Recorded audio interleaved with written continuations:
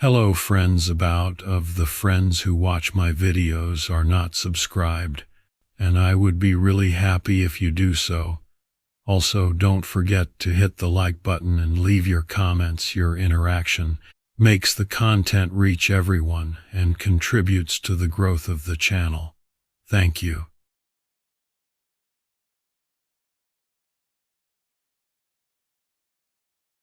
It all started when I, Mike Holden, pulled my RV into that secluded spot in the Ozark National Forest. I've always been a sucker for these quiet, out-of-the-way places for my camping trips. Nothing beats the peace and solitude, far away from the noise and stress of city life. I've been taking these trips for years. They've always been my go-to for clearing my head and recharging. This trip was supposed to be like any other. I parked the RV near a small creek, the gentle sound of running water adding to the tranquility of the setting. Tall trees surrounded me, their leaves whispering in the slight breeze. It was a beautiful, serene place, far from the nearest town. As I set up camp, I noticed an old dirt trail leading deeper into the forest. It looked like it hadn't been used in years, overgrown with weeds and fallen branches. Intrigued, I decided to check it out later. After a quick lunch, I grabbed my backpack, stuffed it with some essentials, and headed down the trail. The sun was high, filtering through the canopy and casting dappled shadows on the ground. The forest was alive with the sounds of birds and insects, a reminder that I was far from civilization. As I walked, the trail became narrower and more difficult to follow, but I was determined to see where it led. About an hour in, I stumbled upon a small, abandoned cabin. It looked like it had been there for decades, its wooden walls weathered and covered in moss. The windows were shattered, and the door hung on its hinges. Curious, I pushed the door open and stepped inside. The air was musty, and the floorboards creaked under my weight.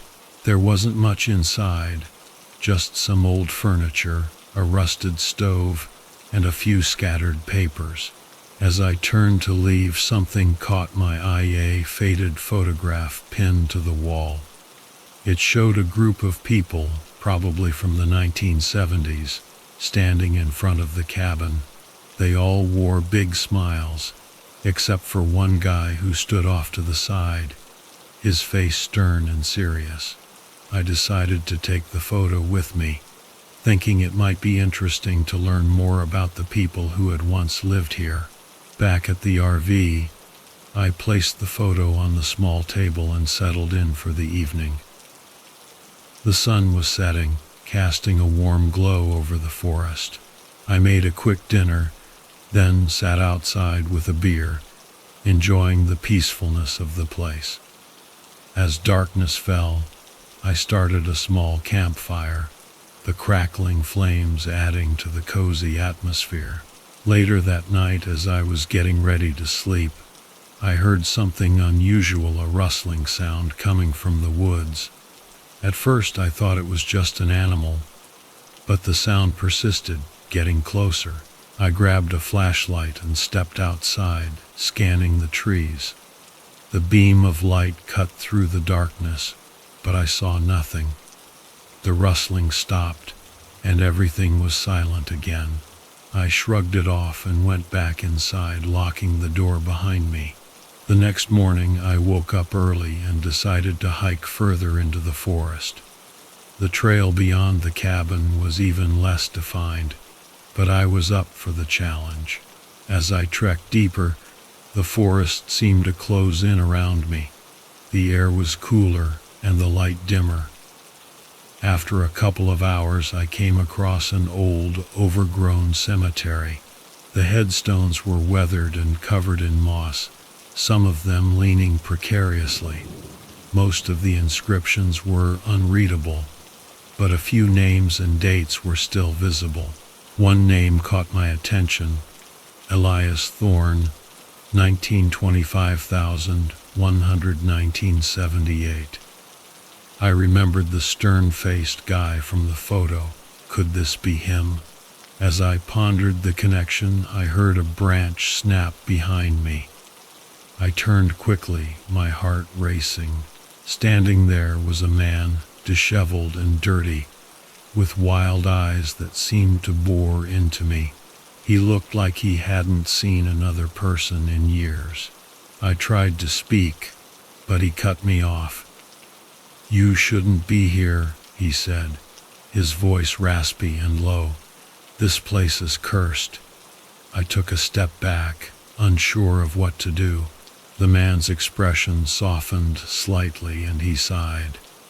"Look, I don't mean to scare you, but bad things happen here. People go missing. Just leave while you can." Before I could respond, he turned and disappeared into the trees. I stood there for a moment, my mind racing. What had I just witnessed? I decided it was best to head back to camp. As I retraced my steps, I couldn't shake the feeling that I was being watched. Back at the RV, I tried to make sense of what had happened. Who was that guy, and what did he mean by cursed? I glanced at the photo again, wondering if there was more to the story of the abandoned cabin and the cemetery. That evening, as the sun set, I heard the rustling sound again. This time it was closer and more persistent. I grabbed my flashlight and stepped outside. The sound was coming from the direction of the cabin. I followed it, my heart pounding. As I approached the cabin, the rustling stopped abruptly. I shone the flashlight around but saw nothing. I was about to turn back when I noticed something on the ground, a trail of blood leading into the cabin. Cautiously, I followed the trail. Inside, the cabin was dark, the only light coming from my flashlight. The trail led to a corner of the room where I found a large, dark stain on the floor. It looked like someone had tried to clean it up, but the blood had seeped into the wood. I felt a chill run down my spine. What had happened here? As I stood there trying to piece things together, I heard a creak behind me. I spun around, and there he was, the wild-eyed man from the cemetery. He looked even more unhinged than before. "You shouldn't have come back," he said, his voice trembling. "They won't let you leave now." "Who are you talking about?" I asked, my voice shaking. "The spirits of the dead," he replied. "They're trapped here and they take anyone who comes near. I've been trying to warn people, but no one listens." I backed away, trying to make sense of his words. Was he crazy, or was there some truth to what he was saying? I decided I didn't want to find out. I turned and ran out of the cabin, not stopping until I reached the RV. I locked the door and sat down, trying to calm my racing heart. What was I supposed to do now? The man's warning echoed in my mind. Should I leave? But what if he was right? What if leaving wasn't an option anymore?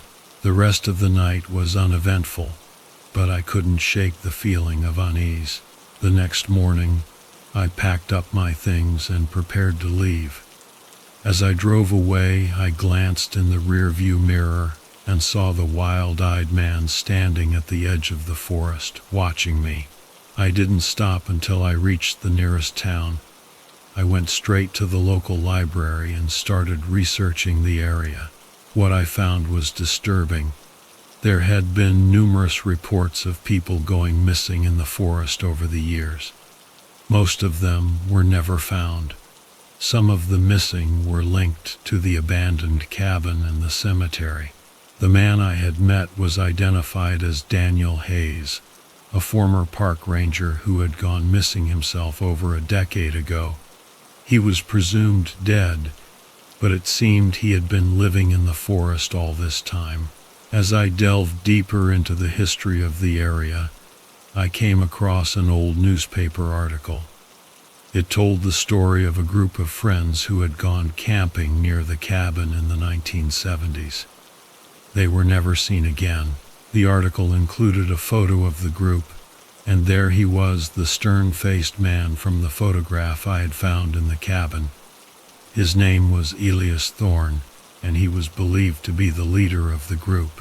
I felt a chill as I realized the connection. Elias Thorne and his friends had disappeared, and now their spirits were supposedly haunting the forest, taking anyone who came too close.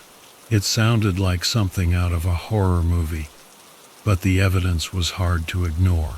Determined to get to the bottom of this, I contacted the local authorities and shared what I had found. They were skeptical at first, but agreed to investigate. A search team was sent to the cabin and the cemetery. They found the blood stains I had seen, as well as other signs of a struggle, but there was no sign of Daniel Hayes. The investigation made headlines, and soon the area was swarming with reporters and curiosity seekers. The authorities urged people to stay away, but of course, that only made them more eager to see the haunted forest for themselves. In the weeks that followed, more people went missing. The authorities were at a loss. They conducted extensive searches, but found no trace of the missing. Some of the more superstitious locals started to believe that the forest really was cursed. I couldn't help but feel responsible. If I hadn't gone exploring, if I hadn't found that photograph, maybe none of this would have happened. But it was too late now. The truth was out, and there was no going back. One night, a few weeks after the investigation started, I received a phone call.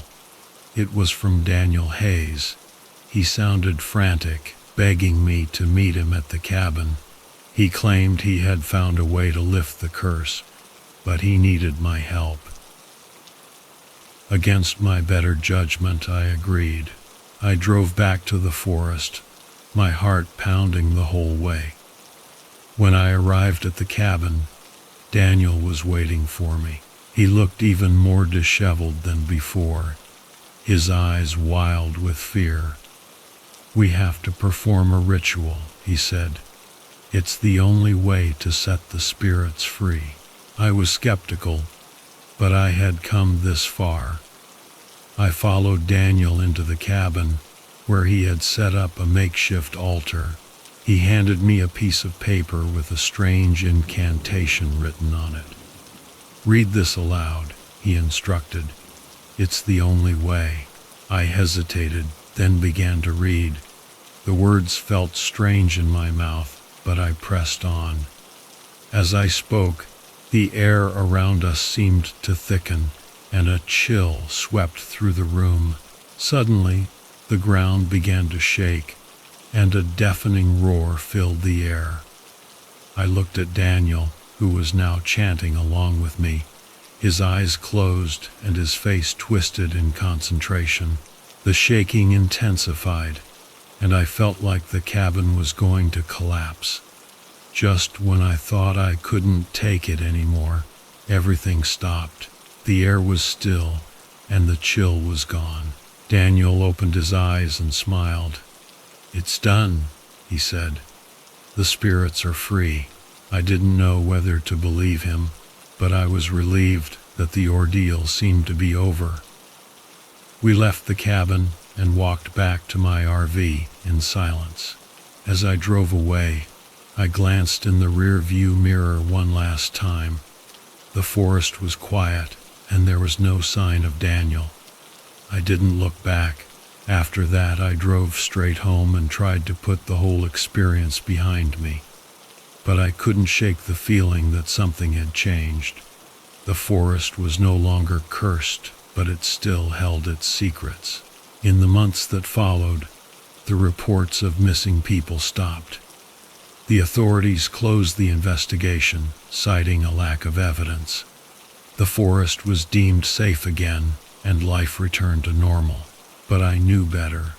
There were things in this world that couldn't be explained, things that defied logic and reason, and sometimes it was best to leave them alone.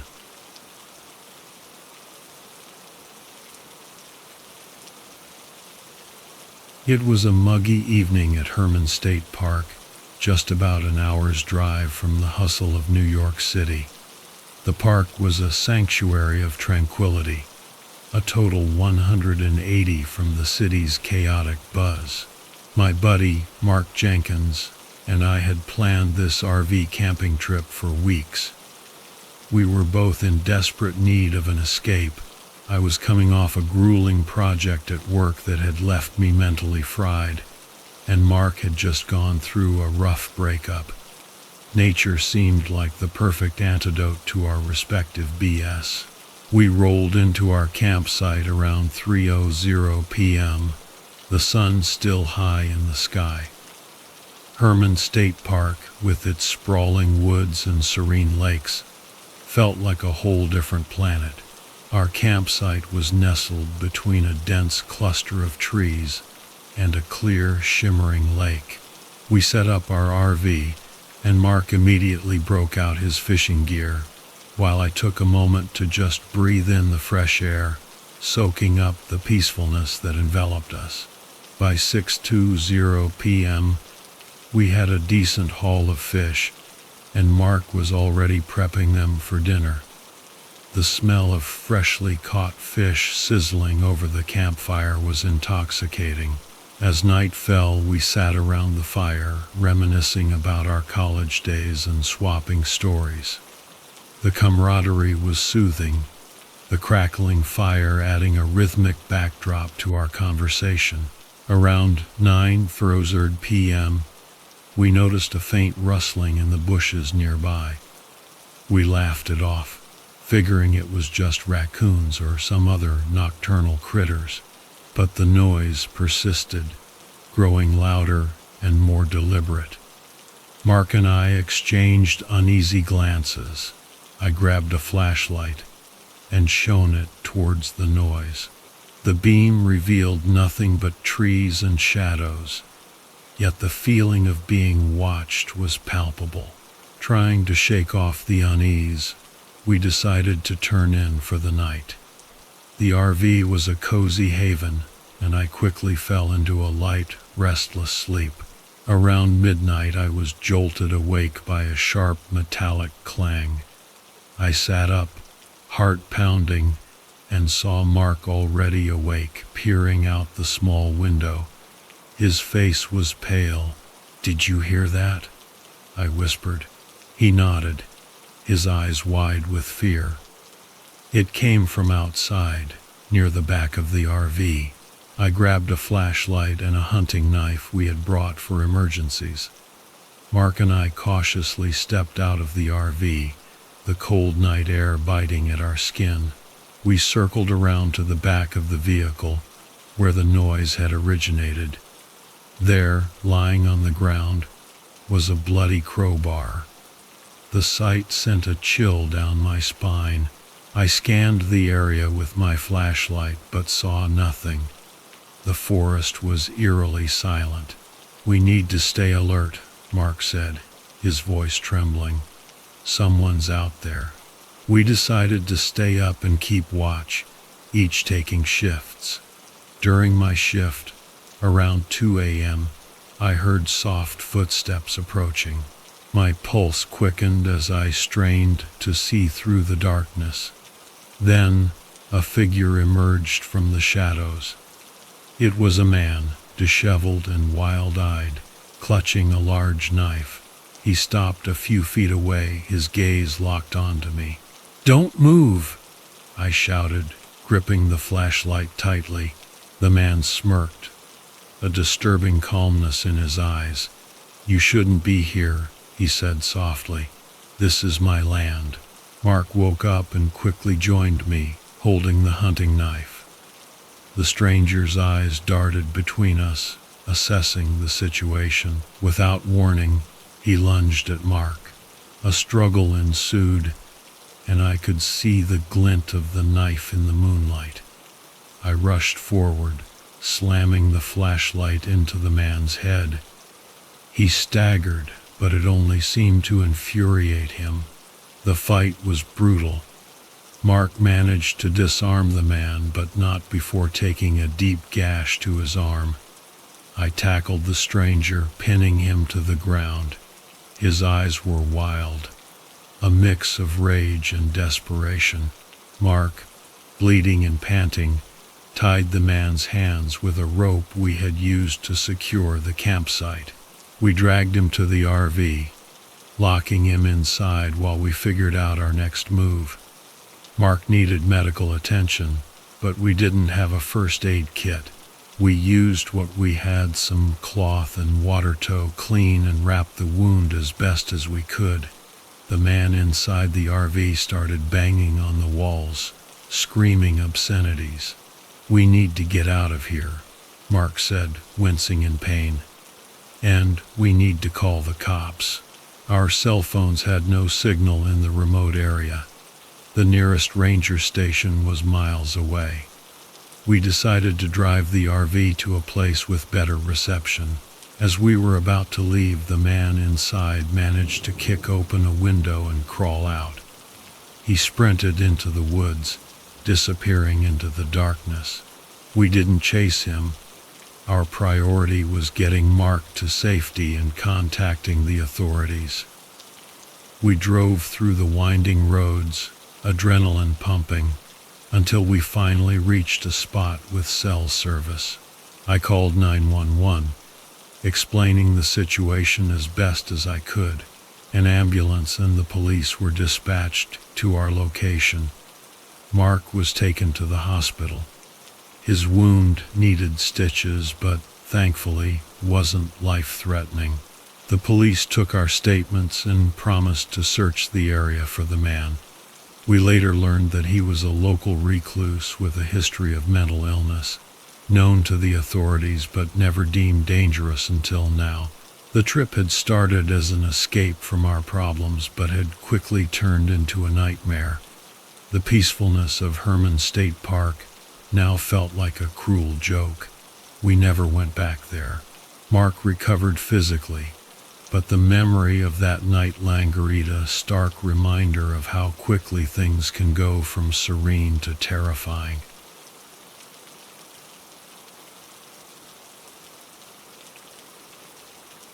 There's something about the solitude of RV camping that makes you feel like you've got the whole world to yourself, doesn't it? That's what I was thinking when I parked my rig at a secluded spot in the Washoe National Forest. It's a place I've been coming to for years, a peaceful escape from the craziness of city life. The thick canopy of trees above provided a natural shelter, and the gentle rustling of leaves in the breeze was like nature's own lullaby. I'm Jake Collins, just a regular guy who enjoys the simple things: camping, fishing, and the occasional hike. Nothing too crazy. I've had my share of rough patches, but who hasn't? My wife Sarah walked out on me a few years back, and since then this RV and the open road have been my go-to for peace of mind. The day started like any other camping trip. I set up my gear, got the campfire crackling, and decided to take a short hike before sunset. The forest was alive with the sounds of birds chirping and the occasional rustle of small critters in the underbrush. It was peaceful, almost meditative. As I strolled deeper into the woods, I stumbled upon something that caught my eye: old, half-buried wooden sign. It was worn out and barely readable, but I could just make out the words, "Riley's Logging Camp." Intrigued, I decided to follow the faint path the sign pointed to, wondering what I might find. After about 20 minutes of walking, the trees opened up to a clearing. There, standing in a state of disrepair, were the remains of what must have been Riley's logging camp. The buildings were dilapidated, with roofs caved in and walls covered in moss and vines. It was like a ghost town smack dab in the middle of the forest. Curiosity got the better of me, and I ventured further into the camp. There was an eerie silence hanging in the air, broken only by the occasional creak of old wood settling. I pulled out my flashlight and began poking around one of the larger buildings, which I guessed was the main office, or maybe a mess hall. Inside, it was dark and musty. The beam of my flashlight revealed old, dust-covered furniture and scattered papers. I picked up a yellowed sheet that looked like an inventory list. As I was reading, a noise from outside made me freezy, a faint crunch of leaves, like someone stepping cautiously. "Hello? Is anyone there?" I called out, my voice echoing in the empty room. No response. I chalked it up to my imagination and continued exploring. I found an old, rusted axe leaning against the wall, a stark reminder of the camp's logging past. As I examined it, I heard the crunch again, closer this time. My heartbeat quickened, and I instinctively gripped the axe handle tighter. "Who's there?" I demanded, stepping out into the clearing. Still no answer. I scanned the area with my flashlight, but the beam only cut through a small portion of the darkness. Then I saw him, a figure standing just at the edge of the tree line. He was tall, with a lean build, and wore a tattered flannel shirt and jeans. His face was obscured by shadows, but I could see he was holding something long and thin, like a machete or a stick. "Hey, are you okay?" I asked, trying to keep my voice steady. The figure didn't respond. He just stood there, motionless. A chill ran down my spine, and I decided it was time to get out of there. I slowly backed away towards the path I came from, keeping my eyes on the figure. As I turned to walk faster, I heard the unmistakable sound of footsteps behind me, matching my pace. I broke into a run, my heart pounding in my chest. The footsteps quickened, and I could hear the crunch of leaves and snap of twigs getting closer. I didn't dare look back. The path seemed longer than I remembered, and my legs felt like they were moving through molasses. When I finally reached my RV, I slammed the door shut and locked it. I was gasping for breath, my mind racing with fear and confusion. I peeked out the window, but there was no sign of the figure. Maybe it was just some other camper trying to scare me, I thought, trying to calm myself down. I decided to leave first thing in the morning. Sleep was out of the question, so I sat by the window, clutching the axe and watching the forest. Hours passed, and nothing happened. The initial terror slowly ebbed away, replaced by exhaustion. As dawn broke, I started packing up. I couldn't shake the feeling of being watched, but there was no one in sight. I hitched the RV to my truck and was about to get in when I noticed something odd, a piece of paper wedged under the windshield wiper. I unfolded it, and my blood ran cold. It was a photograph, old and faded, showing a group of men standing in front of Riley's logging camp. In the background, barely visible, was the same figure I had seen the night before. Scrawled on the back was a single word: "Run." Panicked, I jumped into the truck and started the engine. As I drove away, I kept glancing in the rearview mirror, half expecting to see the figure chasing after me. The drive out of the forest was tense, but I made it back to the main road without incident. I reported what I saw to the local authorities, but they didn't find anything at the camp, no sign of the figure, no old photograph. They dismissed it as a prank or my imagination running wild. But I know what I saw. and I can't shake the feeling that something or someone was out there watching me. I haven't been back to the Washoe National Forest since. The open road still calls to me, but I stick to places where there are other people around. Solitude has lost its charm.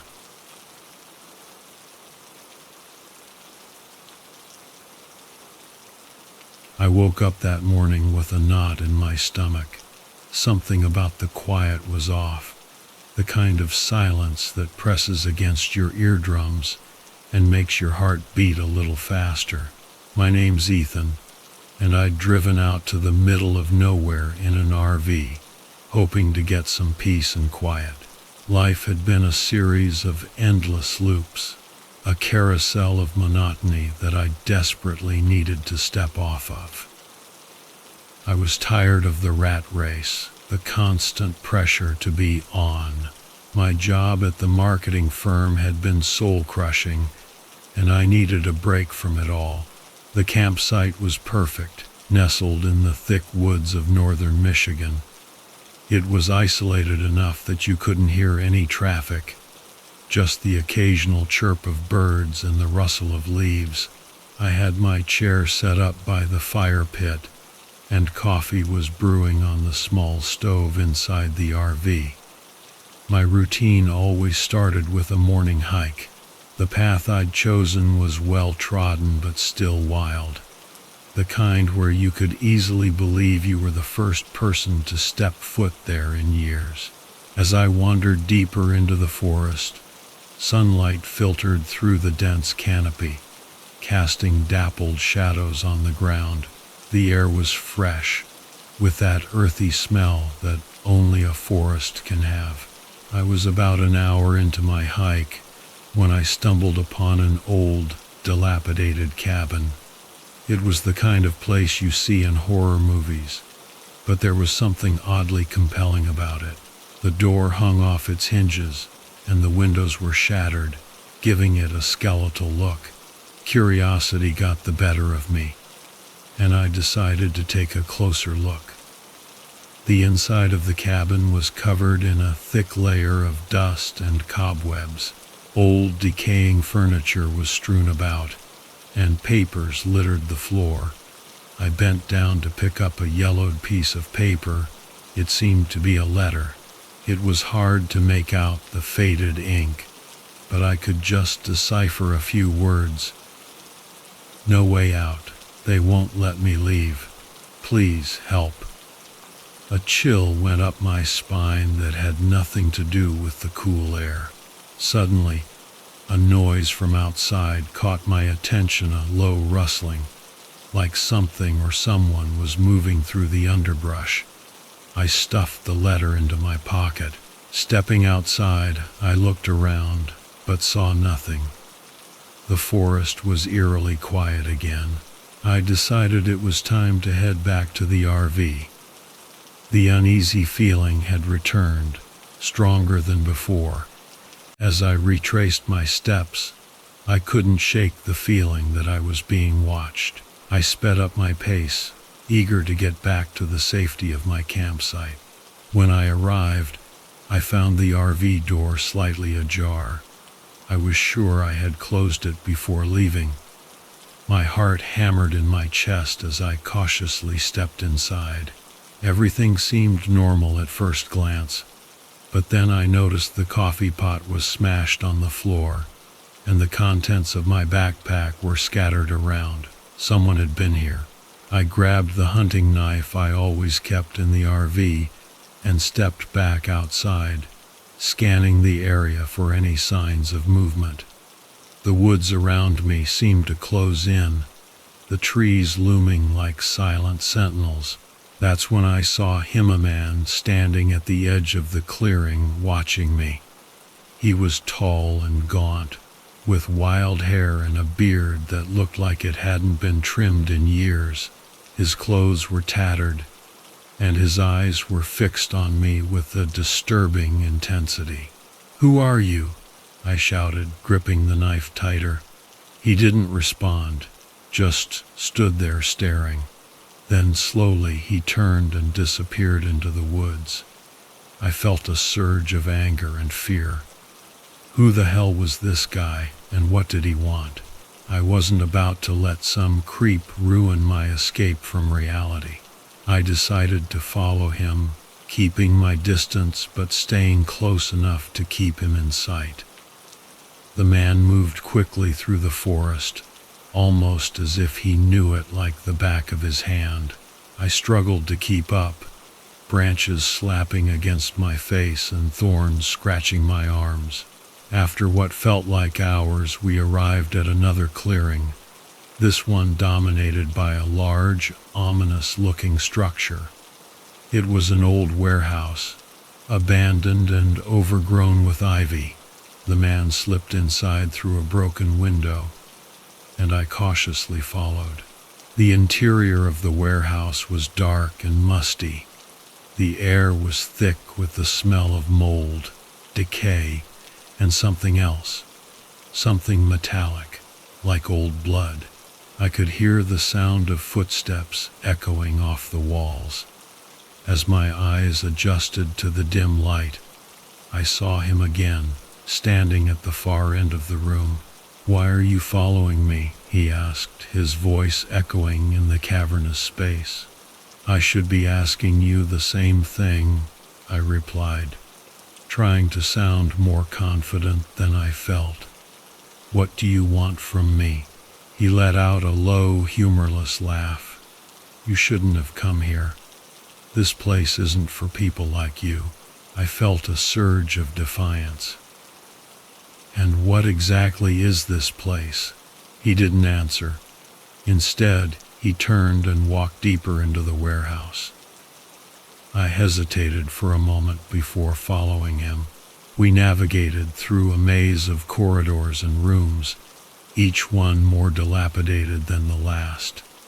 The musty smell was almost overpowering, and I could hear rats scurrying in the darkness. Finally, we arrived at a large open space that seemed to be some sort of makeshift living quarters. There were makeshift beds, fashioned from old pallets and blankets, some beat-up furniture, and even a small, rusty stove. It was a dismal sight. "Welcome to my home," he said with a hint of sarcasm. "I've been living here for years, ever since I disappeared." "Disappeared?" I asked, confused. "Yeah, disappeared. Like all those people you read about in the papers, just vanished without a trace. Only I didn't vanish. I chose to live off the grid, away from society." He gestured around the room with a flourish. I started to piece it together. This guy was one of those missing persons you hear about on the news, the ones who vanish and are never found. But he had chosen this life, for reasons I couldn't understand. "Why?" I asked. "Why live like this?" He looked at me with a mixture of pity and contempt. "Because society is broken. People are selfish, cruel, and deceitful. Out here, I'm free. I don't have to answer to anyone." He paced back and forth, his movements agitated. "They lie to you, try to control you, suck you dry until there's nothing left. But you're not free," I argued. "You're trapped here, just like that letter said." His eyes flashed with anger. "You read the letter?" "Yeah, I did. Someone was asking for help. Who was it?" He laughed again, a harsh, bitter sound. "That was me, a long time ago. I thought I wanted to be found, but then I realized I was better off alone." He ran a hand through his greasy hair. "Out here, I make the rules. Out here, I'm in control." I felt a chill run through me. This guy was clearly unhinged. I needed to get out of there, and fast. "Look, I don't want any trouble," I said, trying to keep my voice level. "I'll just go, and we can both pretend this never happened." He shook his head. I can't let you do that. You know too much. Before I could react, he lunged at me, knocking the knife out of my hand. We struggled, rolling across the dirty floor. He was stronger than he looked, and I was quickly overpowered. He pinned me down, his hands closing around my throat. I gasped for air, my vision starting to blur. In a desperate move, I reached for a nearby piece of broken glass and slashed at his arm. He screamed in pain and released his grip. I scrambled to my feet, grabbing the knife and running for the exit. I could hear him behind me, cursing and stumbling. I burst out of the warehouse and into the forest, running as fast as I could. My lungs burned and my legs felt like lead, but I didn't dare slow down. I could hear his footsteps behind me, getting closer and closer. I broke through the trees and into the clearing where my RV was parked. I didn't stop until I was inside, locking the door behind me. I grabbed my phone and dialed 911, my hands shaking so badly I could barely press the buttons. 911, what's your emergency? The operator asked. There's a man. He's trying to kill me, I gasped. Stay calm, sir. Where are you? I gave them my location, praying they would get here in time. I could hear the man outside, banging on the door and shouting. I grabbed the hunting rifle I kept in the RV, loading it with trembling hands. The banging stopped, and everything went silent. I waited, my heart pounding in my chest. Minutes felt like hours. Then I heard the sound of sirens in the distance. Relief washed over me as I saw the flashing lights of the police cars approaching.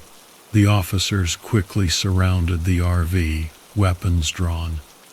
I opened the door, hands raised, and they rushed in, securing the area. They found the man a short distance away, bleeding and delirious. He was taken into custody and later identified as Silas Craven, a man who had been missing for over a decade.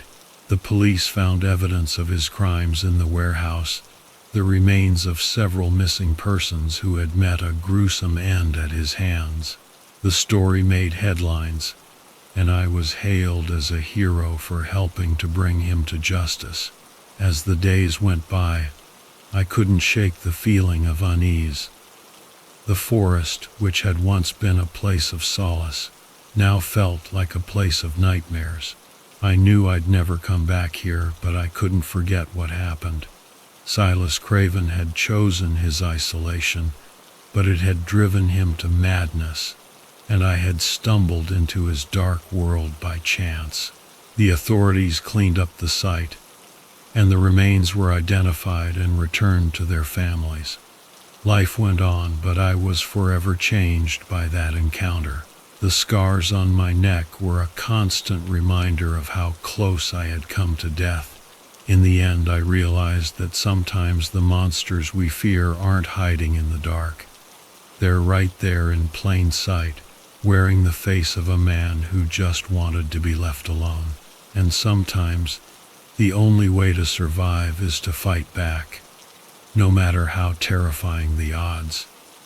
The price of peace, I learned, can sometimes be far too high.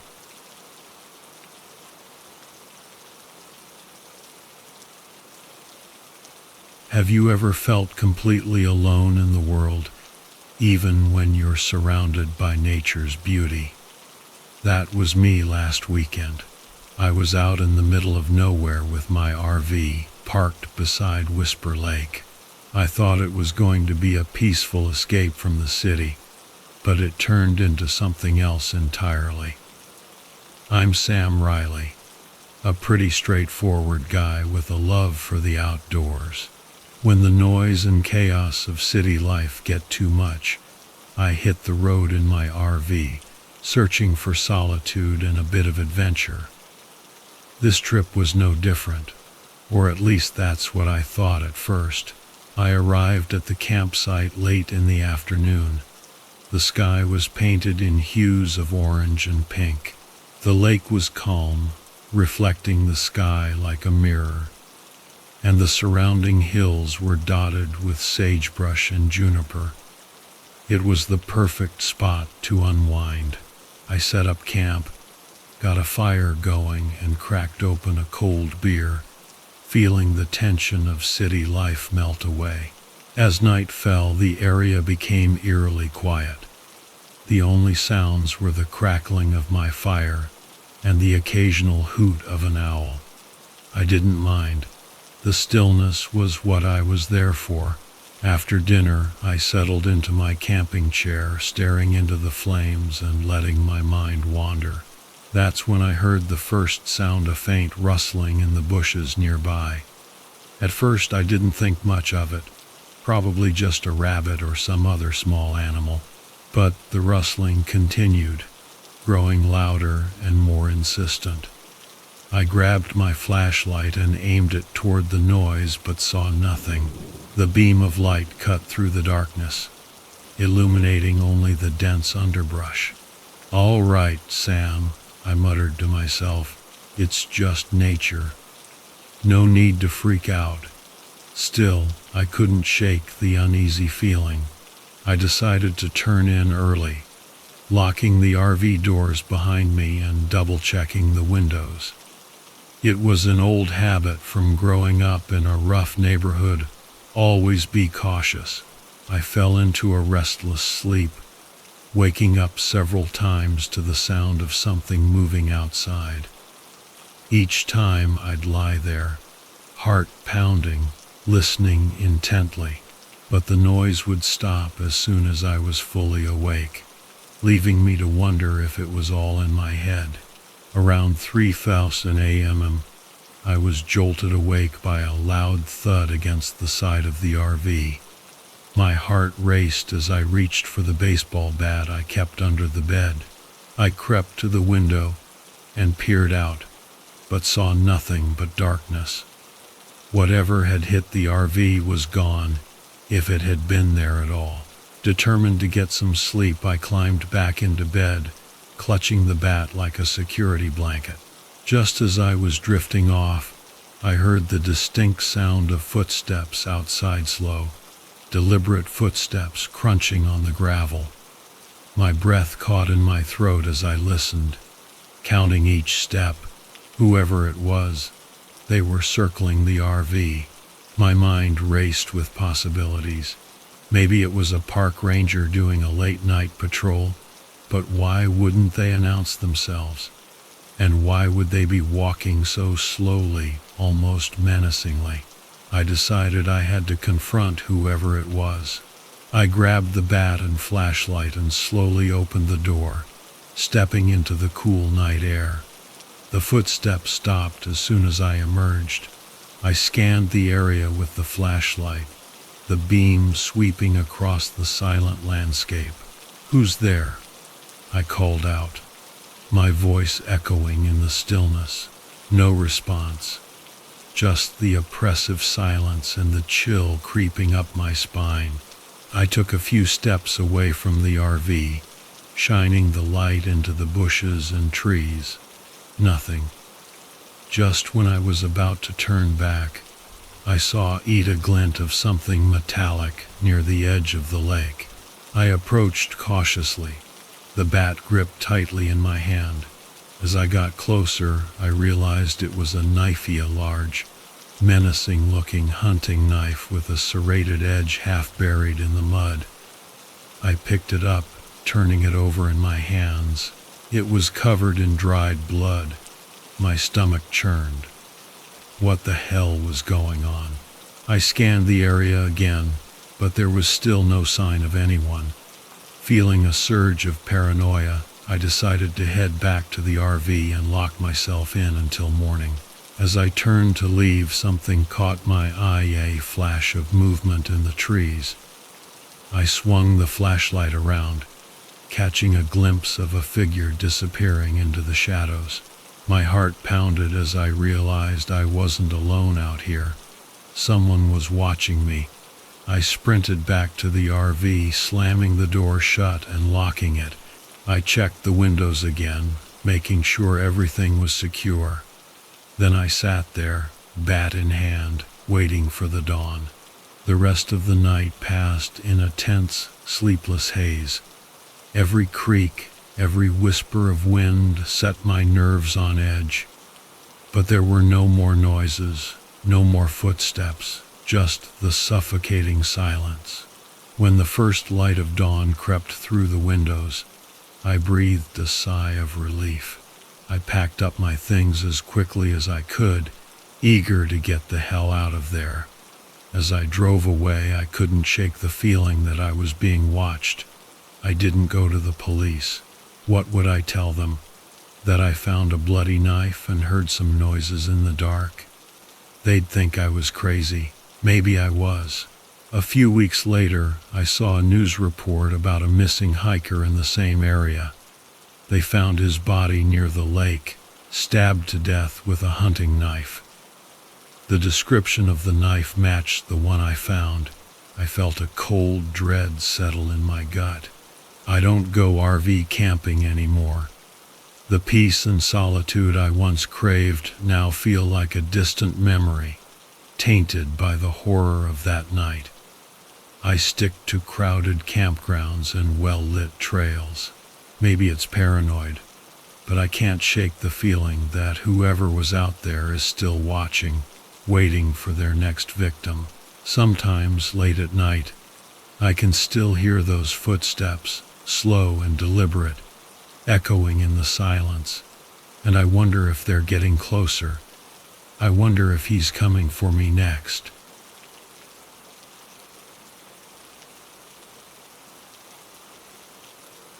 When you're out RV camping, you think you're just going to relax, maybe catch some fish, grill up some dinner, and enjoy the peace and quiet away from the city.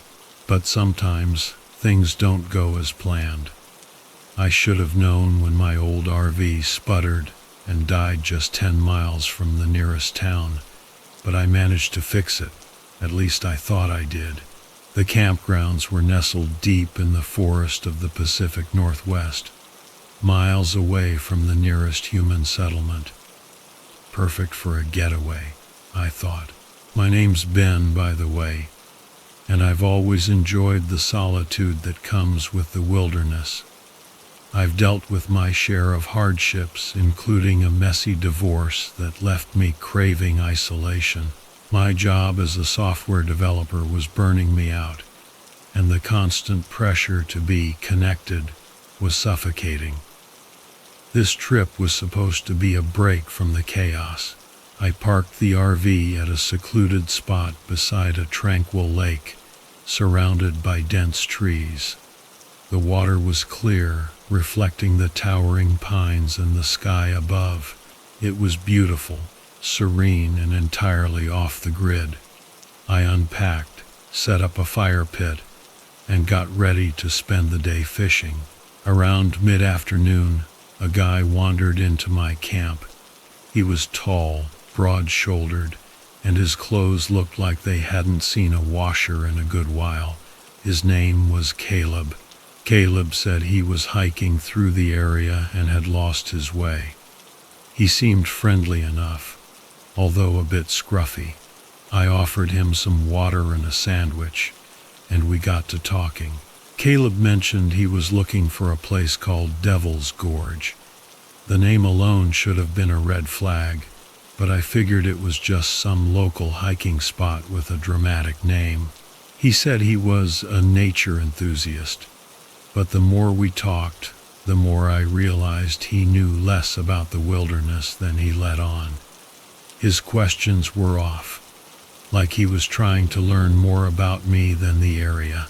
He kept asking about my job, how long I was staying, if I told anyone where I was going.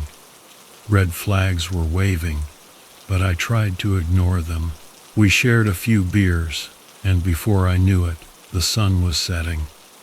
Caleb said he'd camp nearby and find his way to Devil's Gorge in the morning. I nodded, and he wandered off into the trees. Something about him didn't sit right with me, but I brushed it off. Maybe he was just an oddball. That night, I woke up to a noise outside the RV. At first, I thought it was an animal, but then I heard whispers. I crept to the window and peeked out. In the dim moonlight, I saw Caleb talking to another man. This guy was shorter, stockier, with a shaved head and a thick beard. They were arguing, though I couldn't make out the words. It looked heated, like they were about to come to blows. I felt a chill run through me. Why would Caleb lie about being lost? And who was this other guy? I decided to confront them. Grabbing my flashlight and the hunting knife I always kept by my bed, I stepped outside, quietly closing the door behind me. "Caleb," I called out, the flashlight beam cutting through the darkness. "What's going on here?" The two men froze, and for a moment, everything was silent. Then Caleb turned to me with a smile that didn't reach his eyes. "Oh, Ben, meet my brother Silas. He found me after we got separated. Sorry if we woke you." Silas gave a curt nod, but his eyes were cold, assessing. Like a predator sizing up its prey, something was definitely off. "It's fine," I lied. "Just making sure everything's okay." Caleb and Silas exchanged a look before Caleb said, "Yeah, we're good. Thanks for checking on us." I went back to the RV, but sleep was out of the question. I stayed up, knife in hand, listening for any sounds that might hint at trouble. Hours passed, and nothing happened. Maybe I was overreacting, I thought. The next morning, Caleb and Silas were gone. Their campsite showed no signs they had ever been there. It was like they vanished into thin air. I decided to pack up and leave, but as I walked around the RV to connect the water hookup, I noticed something strange. A small patch of earth near the back had been disturbed. Curious, I knelt down and brushed away the loose dirt. To my horror, I found a human finger, bloody and partially decomposed. My stomach churned, and I stumbled back, bile rising in my throat. I had to call the authorities, but my cell phone had no signal out here. I scrambled back into the RV, started the engine, and prayed it would make it to town. Driving down the narrow, winding road, I kept looking in the mirrors, half expecting Caleb and Silas to pop out from behind a tree.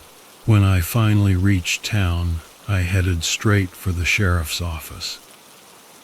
Sheriff Hayes was a no-nonsense type, with a grizzled beard and a permanent scowl. I told him everything about Caleb, Silas, the argument, and the finger I found. Hayes didn't seem surprised. "You're not the first to report something like this," he said grimly. "There have been a few hikers gone missing in those woods over the past year. We've found traces, but nothing concrete until now." He assembled a team, and we headed back to the campsite. The sheriff's deputies scoured the area where I found the finger and soon uncovered more remains. It was clear this was the work of more than one person. As they expanded the search, they found a shallow grave with the body of a young woman, her face twisted in terror. The stench of death hung heavy in the air. It was sickening. The sheriff turned to me. "Looks like you stumbled onto something big, Ben. We need to find these bastards." The rest of the day was a blur of questioning and searching. They found more evidence. Personal belongings, more bones and signs of multiple campfires. It was obvious that these two had created their own little hunting ground out here. Caleb and Silas were using the remote area as their hunting ground, preying on unsuspecting campers and hikers. As night fell, the mood grew tense. The sheriff's men were on high alert, scanning the forest with flashlights and keeping their weapons ready. I stayed close to the RV, feeling a mix of fear and anger. How could I have been so naive? Around midnight, a deputy found a trail of footprints leading deeper into the woods. We followed, the air thick with anticipation. The trail ended at an old abandoned cabin, half hidden by the undergrowth.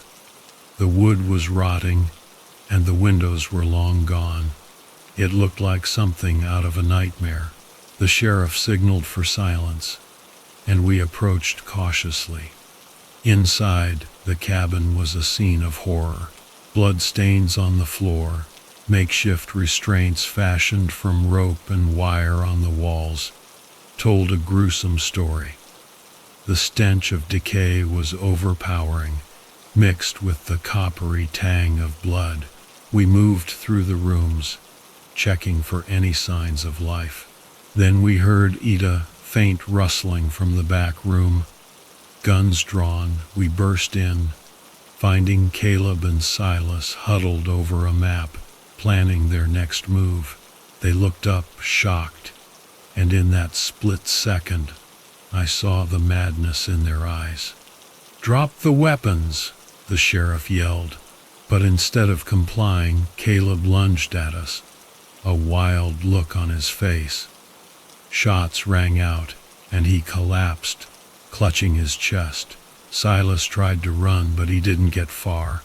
A deputy tackled him to the ground, cuffing him before he could react.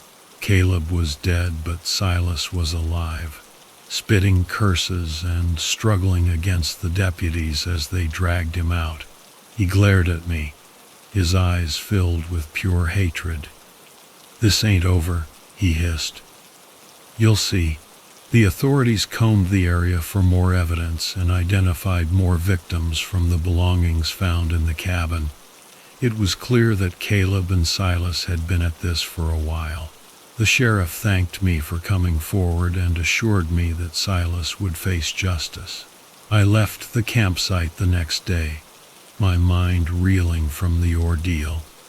It was over, but the images of what I'd seen would stay with me forever. As I drove away, I couldn't help but think about the victims and their families. I hoped they would find some peace knowing the killers had been caught. And as for me, I knew I'd never forget the time I went RV camping and uncovered a nightmare in the heart of the forest. The solitude I craved had been shattered, replaced by a chilling reminder that evil can lurk even in the most beautiful of places, and wear a friendly face while doing it.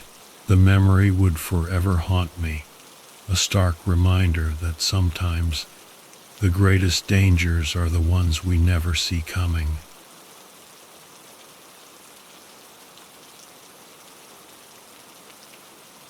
Enough was enough. The day started off like any other camping trip. The sun was shining, and the air was crisp as I parked my RV at the secluded spot I found online.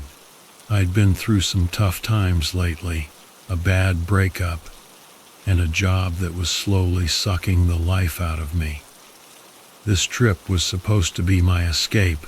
My name's Alex Riley, and I've always been one for adventure, but nothing could have prepared me for what was about to happen.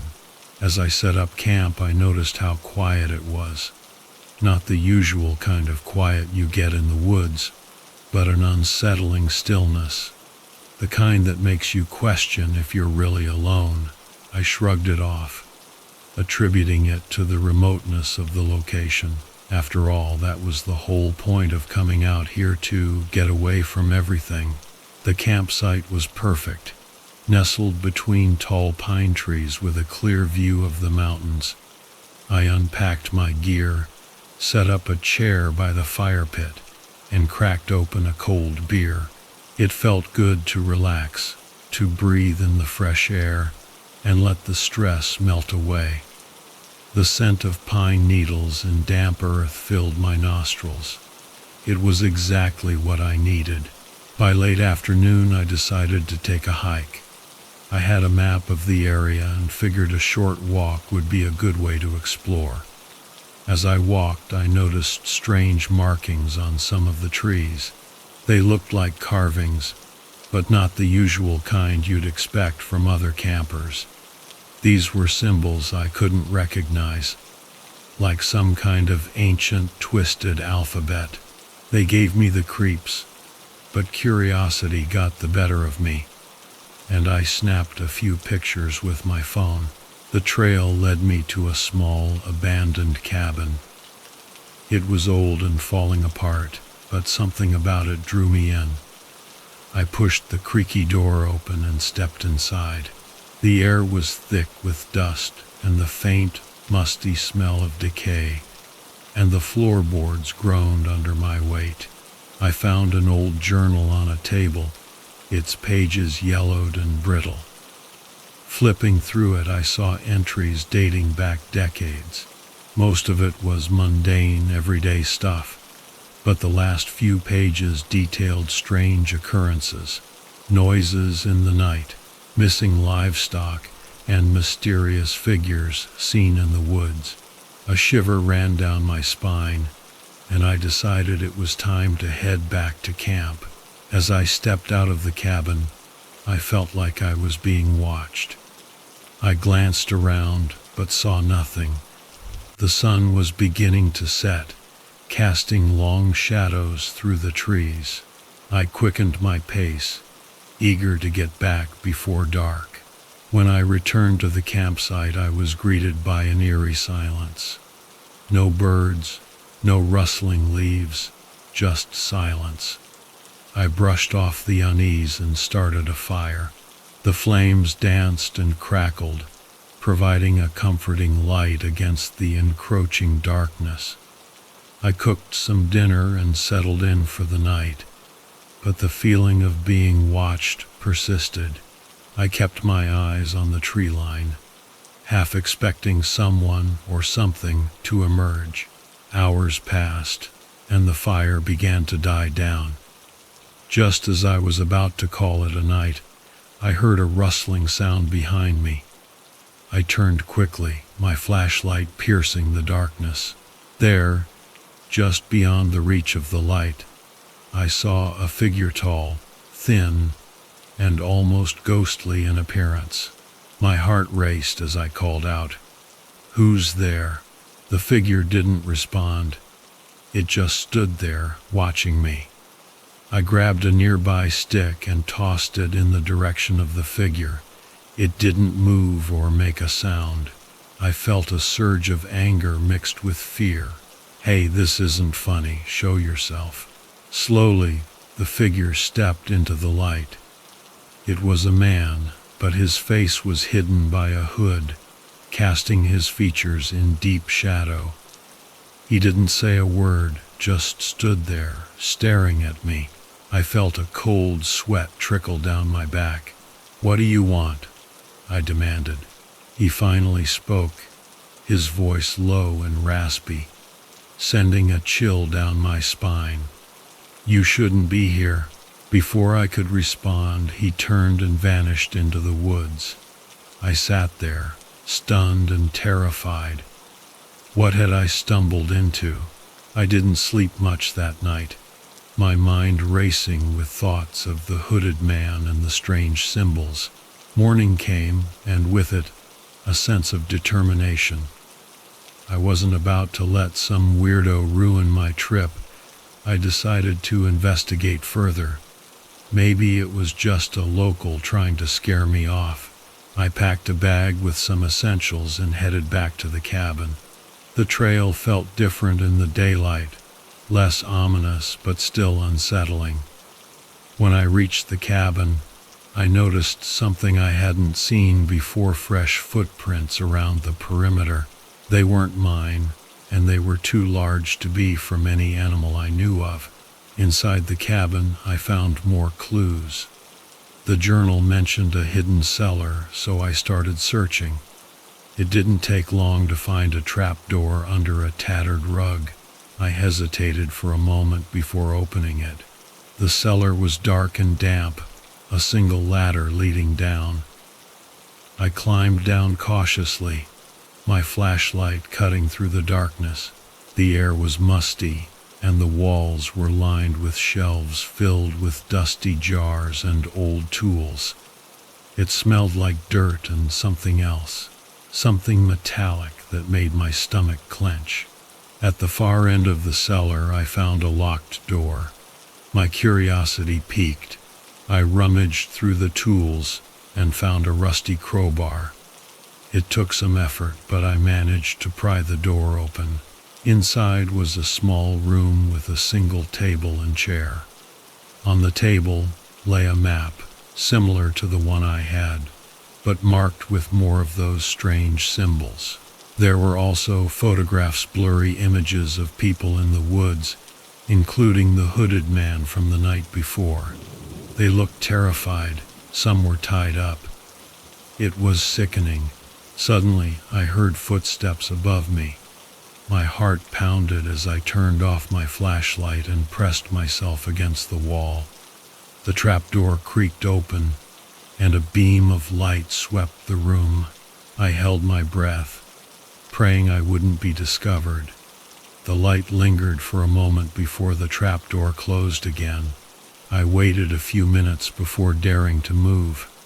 Whoever it was had left, but I knew I couldn't stay there.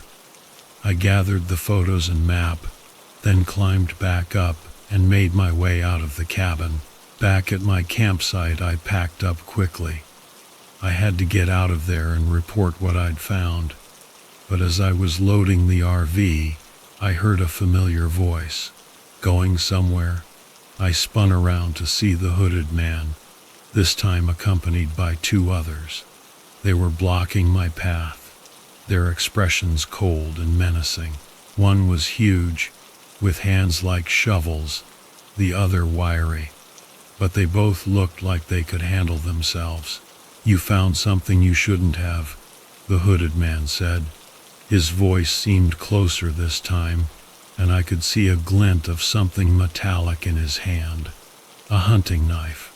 I tried to stay calm. "Look, I don't want any trouble. I'm leaving. You won't see me again." The hooded man shook his head. "It's too late for that. You know too much." One of the other men lunged at me, but I managed to dodge. I grabbed a wrench from my toolkit and swung it at him, connecting with a sickening thud. He went down, but the others were on me in an instant. I fought back with everything I had, but they overpowered me, knocking me to the ground. As I struggled, I heard a gunshot. The man who had attacked me fell to the ground, blood pooling around him. The hooded man and his remaining accomplice looked shocked. Taking advantage of their distraction, I scrambled to my feet and ran to the RV. I managed to start the engine and drive off, my heart racing. In the rearview mirror, I saw the hooded man, Silas, standing over his fallen comrade. He was still watching me, but he didn't follow.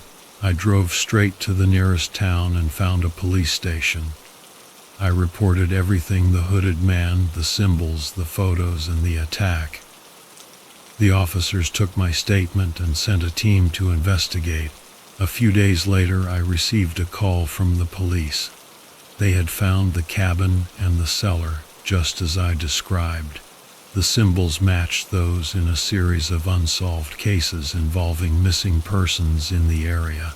The photographs were key evidence, and the man I had injured was arrested.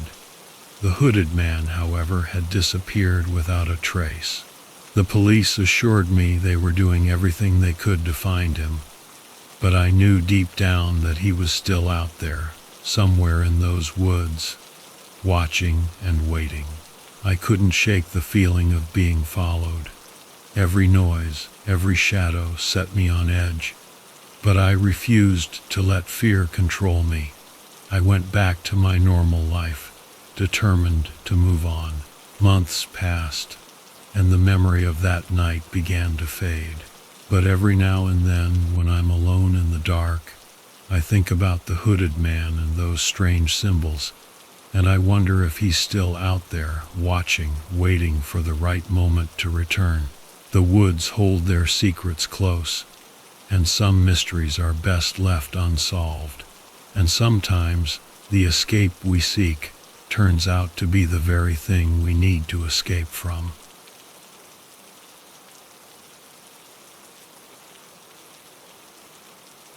I never thought my life would take such a twisted turn when I decided to spend a weekend RV camping in the remote forests of Montana. It was supposed to be a break from the grind, a chance to disconnect and find some peace. But as I write this, I realize peace was the last thing I found. The drive was long but scenic. Towering pines lined the road, and the distant mountains loomed majestically, their peaks dusted with the last remnants of snow. I found a perfect spot near a clear, burbling stream, set up my RV, and settled in for what I hoped would be a weekend of solitude and reflection. I've always been a bit of a loner, preferring the company of nature over people. My backstory isn't particularly tragic, but I've had my share of hardships. A messy divorce from my wife Susan, a career as a graphic designer that's gone nowhere, and a general feeling of discontent had led me here, to the quiet wilderness, in search of some clarity. I just needed to get away from the constant emails, the pointless meetings, and the soul-crushing routine of it all. The first day was uneventful. I spent it hiking, fishing, and just enjoying the fresh air. It was the kind of tranquility I had been craving. As the sun dipped below the horizon, I made a small fire and cooked the fish I'd caught, feeling more at ease than I had in months. The night was silent, except for the occasional rustle of leaves and the distant hoot of an owl. I went to bed early, looking forward to another peaceful day. I woke up to a faint buzzing sound. My old buddy Tom had warned me about the mosquitoes in these parts, but this was different, almost rhythmic. It sounded like it was coming from my backpack, across the room. I dismissed it as a fly and went about my morning routine. After breakfast, I decided to explore a bit further. I packed a small bag with water, a map, and some snacks, then set off into the forest. The deeper I went, the denser the forest became. Sunlight barely penetrated the thick canopy overhead, casting eerie shadows on the forest floor. I was so caught up in the beauty of the place that I didn't notice how far I had wandered. It was only when I stumbled upon an old abandoned cabin that I realized I had ventured much further than I intended. The cabin was a relic from another time, its wooden walls weathered and moss-covered. It looked like an old homestead, probably from the early 1900s. Curiosity got the better of me, and I decided to take a look inside. The door creaked ominously as I pushed it open, revealing a dusty interior. The furniture was sparse: a rickety table, a couple of chairs, and an old wood-burning stove. It looked like no one had set foot in there for decades. I was about to leave when I noticed something odd. On the table lay a stack of old photographs, yellowed with age. They depicted a family, a man, a woman, and 2 children posing in front of the very cabin I was standing in. The last photo sent a chill down my spine. It showed the family again, but this time their expressions were somber, almost fearful. And a third man stood behind them, his face partially obscured by a hat. He was tall, and even in the photo, There was something menacing about him. As I examined the photos, I heard a noise outside. My heart raced as I peered through the window. Standing just a few feet from the cabin was a man, tall and broad-shouldered, with a weather-beaten face and piercing eyes. He was staring right at me. Panic set in, and I bolted out the back door, running as fast as I could through the dense forest. I didn't stop until I was sure I had lost him, gasping for breath. I looked around, realizing I was completely lost. My sense of direction had deserted me, and I had no idea how to get back to my RV. The sun was already beginning to set, and I knew I had to find shelter for the night. I wandered aimlessly until I found a small clearing. Exhausted, I decided to camp there. I didn't have a tent, but I managed to build a small shelter with branches and leaves. It wasn't much, but it would have to do. I spent a sleepless night, jumping at every sound, convinced the man from the cabin was hunting me. Morning came, and I set off again, hoping to find my way back. The forest was a labyrinth, and every tree looked the same. I stumbled upon a narrow path and decided to follow it, praying it would lead me to civilization. After what felt like hours, I emerged into another clearing, this one with a small stream running through it. I knelt down to drink, my parched throat grateful for the cool water. That's when I heard Ita soft rustling in the bushes. I turned slowly, my heart pounding. The man from the cabin was there, just a few feet away. He didn't say a word, just stood there watching me. I tried to stay calm, but fear got the better of me, and I took off running again. This time, he followed. I ran blindly through the forest, branches whipping against my face, my breath coming in ragged gasps. I stumbled and fell, my ankle twisting painfully. Desperation set in as I tried to crawl away, but he was there in an instant, towering over me. "Please," I begged. "I don't want any trouble." He stared at me for a moment, then spoke in a low, gravelly voice. "You shouldn't have come here. You broke the rules." His name was Jed, and he had a wild look in his eyes. He grabbed me by the collar and hauled me to my feet. His grip was like iron, and I knew there was no escaping him. He dragged me through the forest, back towards the cabin. I struggled, but it was no use. He was too strong. When we reached the cabin, he shoved me inside and tied me to one of the chairs. My mind raced, trying to think of a way out, but nothing came. He sat across from me, his eyes cold and calculating. "Why are you doing this?" I demanded. He didn't answer right away. Instead, he pulled out a knife and began to sharpen it methodically. The sound of the blade against the whetstone was unnerving.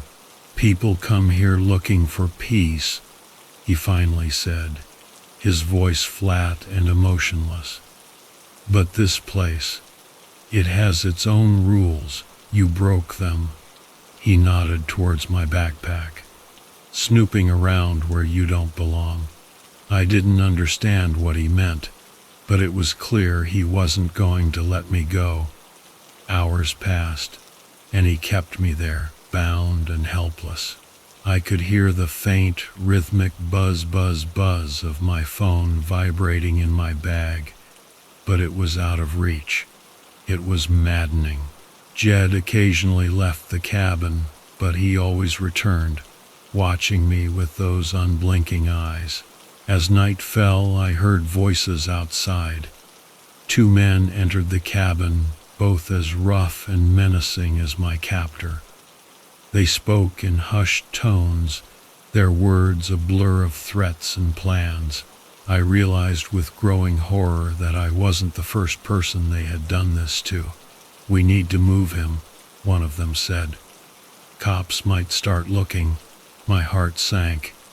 If they moved me, I knew my chances of escape would disappear completely. I had to act fast. Summoning every ounce of courage, I waited until the men were distracted, then threw myself backward, tipping the chair over. The noise startled them, and in the chaos, I managed to free one of my hands from the poorly tied rope. I scrambled to my feet and lunged for the door. They were on me in an instant, but I fought back with everything I had. I grabbed a piece of broken glass from the floor and slashed wildly, managing to cut one of them, a guy named Hank, across the face. He howled in pain, giving me the opening I needed. I bolted out of the cabin and into the night. My ankle throbbed with every step, but adrenaline kept me moving. I could hear them behind me, shouting and crashing through the underbrush. Desperation drove me forward, and I didn't stop until I burst out onto a dirt road. Luck was on my side for once. A car was coming down the road, its headlights cutting through the darkness. I waved frantically, and the car screeched to a halt. The driver, a middle-aged woman with a look of shock on her face, rolled down her window. "Help me," I gasped. "They're trying to kill me." She didn't hesitate. She unlocked the door, and I scrambled inside. We sped away, leaving the men behind. I didn't look back, too afraid of what I might see. The woman, Sarah, drove me to the nearest town, where I went straight to the police. They took my statement and sent a patrol out to the forest, but I never heard what happened after that. They found the cabin, but it was empty. The men had vanished, leaving no trace behind. I never returned to the forest. The memory of that weekend still haunts me, but I try not to dwell on it. Life goes on, and I've learned to appreciate the simple things. A quiet evening at home, the company of friends, the safety of familiar surroundings. Sometimes, when the night is still and the wind rustles the trees, I think back to that cabin and wonder about the men who hunted me. But I don't let it consume me. I survived, and that's all that matters. Still, a part of me will always wonder what happened to those men, and if they're still out there, waiting for their next unsuspecting victim to wander into their deadly trap. The wilderness holds its secrets close, and some mysteries, I suppose, are best left unsolved. But I'll never forget the chilling lesson I learned. Sometimes, the peace we seek is the very thing that puts us in the most danger.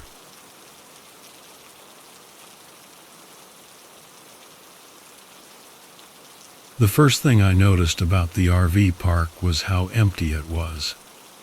I mean, I didn't expect a crowd, but it was eerily quiet for a Saturday. My name's Jack Reed, by the way. I decided to take a solo trip out to Carter Lake for a weekend of camping after a rough few months at work. My job as a financial analyst had become a soul-sucking grind, and my relationship with my girlfriend Sarah had just ended. I needed some solitude. I needed to get my head straight. I parked my RV near the edge of the lake, the water surface glistening under the sun. It was a peaceful spot, just what I needed. The first couple of hours were blissful. I set up my gear, grilled some burgers, and even took a short nap. By late afternoon, I decided to explore the area a bit. The RV park was part of a larger campground that included a network of trails. I grabbed my backpack, threw in a bottle of water, a flashlight, and my pocket knife just in case.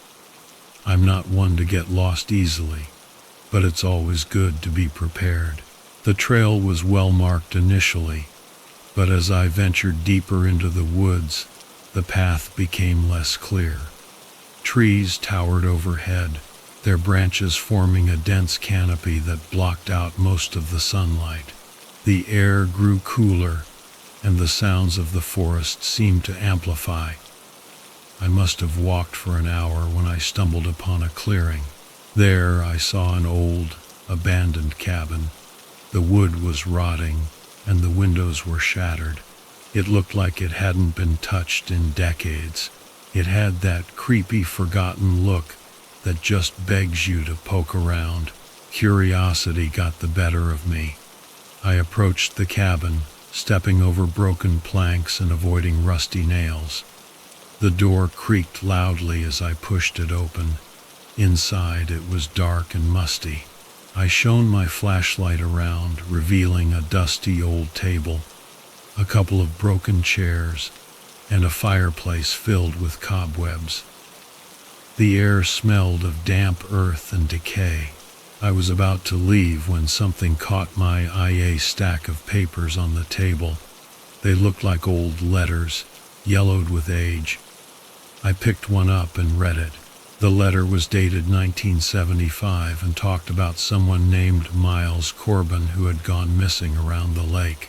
His family was pleading for help, describing him as a good man, a loving father who wouldn't just up and leave. A shiver ran down my spine. Missing person cases always gave me the creeps, especially unsolved ones. I pocketed the letter, thinking I'd look up the case later. I had a weird feeling about this place. As I turned to leave, I heard a rustling sound outside the cabin. "Hello?" I called out, but there was no response. I stepped out cautiously, looking around. The forest was still, almost too still. The silence pressed in on me, thick and heavy. I decided it was time to head back to the RV. The walk back felt longer than before. Every snap of a twig or rustle of leaves made me jump. I laughed at myself, trying to shake off the unease. It was probably just my imagination running wild. By the time I reached the RV, the sun was setting, casting an orange glow over the lake. I locked the door behind me and sat down with a cold beer. The letter was still on my mind. Who was Miles Corbin, and what happened to him? I pulled out my phone and searched for missing person cases around Carter Lake from the 1970s. Sure enough, I found a few articles about Miles Corbin, a local fisherman who disappeared without a trace. The case was never solved, and his body was never found. The articles mentioned he was last seen near the old logging trails, not far from where I found the cabin. As I read, a loud knock on the door made me jump. My heart pounded as I approached the door, peering through the small window. A man stood outside, his face partially hidden by a baseball cap. He didn't look familiar, and I hadn't seen any other campers around. "Can I help you?" I called through the door. "My car broke down a few miles back." "Can I use your phone to call for help?" the man replied. His voice was deep and gravelly, and there was something about his demeanor that made me uneasy. I hesitated, considering my options. "Sorry, I don't have a signal here. You might want to try up the road." I lied. The man's expression changed, his eyes narrowing. "Are you sure? I really need to make a call." He took a step closer to the window, and I could see his eyes better now. They were cold, almost predatory. "Yeah, I'm sure," I said firmly. He stood there for a moment, then turned and walked away. I watched until he disappeared into the darkness, my gut telling me I made the right decision. I double-checked the locks on the door and windows, then sat back down, trying to calm my nerves. The night was restless. Every little noise seemed amplified. The wind whistled through the trees, and the branches scraped against the side of the RV like fingernails on a chalkboard. I finally fell asleep in the early hours, only to be awakened by a loud banging on the side of the RV. I grabbed my flashlight and pocket knife, creeping towards the noise. "Who's there?" I shouted. Silence. I stepped outside, flashlight in one hand, knife in the other. The air was cold, and my breath formed clouds in front of me. I scanned the area but saw nothing. As I turned to go back inside, I noticed something on the ground, a fresh footprint in the mud leading towards the lake. My heart raced as I followed the prints. They led me to the water's edge, then stopped. I shone my flashlight over the lake, but saw only ripples. The water was dark and murky, hiding whatever secrets lay beneath.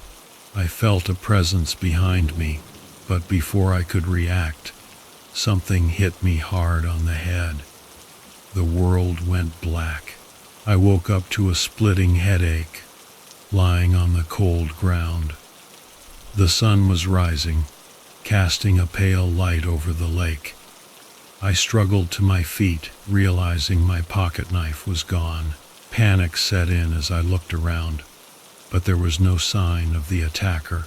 I stumbled back to the RV, desperate to leave this place. As I reached for the door, I noticed it was slightly ajar. Inside, the place was ransacked. My belongings were strewn everywhere, and my phone was smashed, the screen shattered. "Son of a," I muttered. Whoever attacked me had been inside. I gathered what I could and started the RV, determined to get out of there. As I drove away, I saw the man from the night before standing by the side of the road. He watched me with a cold, piercing stare, a sinister smirk playing on his lips. I didn't stop. I drove straight to the nearest town and went to the police. They took my statement and promised to investigate, but I could tell they didn't believe me. The missing persons case from the 70s, the attack, it all sounded too far-fetched, too much like a story. A week later, I got a call from the police. They found a body near the lake, partially buried in the mud. It was Miles Corbin. The case was finally closed, but the mystery of who attacked me remained unsolved. I still think about that weekend sometimes, about the man who watched me leave. I never went back to Carter Lake, and I doubt I ever will. Some things are better left in the past. Some places are better left unexplored. And some mysteries, well, they're best left unsolved, buried deep in the woods, like the secrets of Carter Lake itself. The wilderness can be a beautiful place, but it can also be a place of hidden dangers, where the line between peace and terror is as thin as the edge of a blade.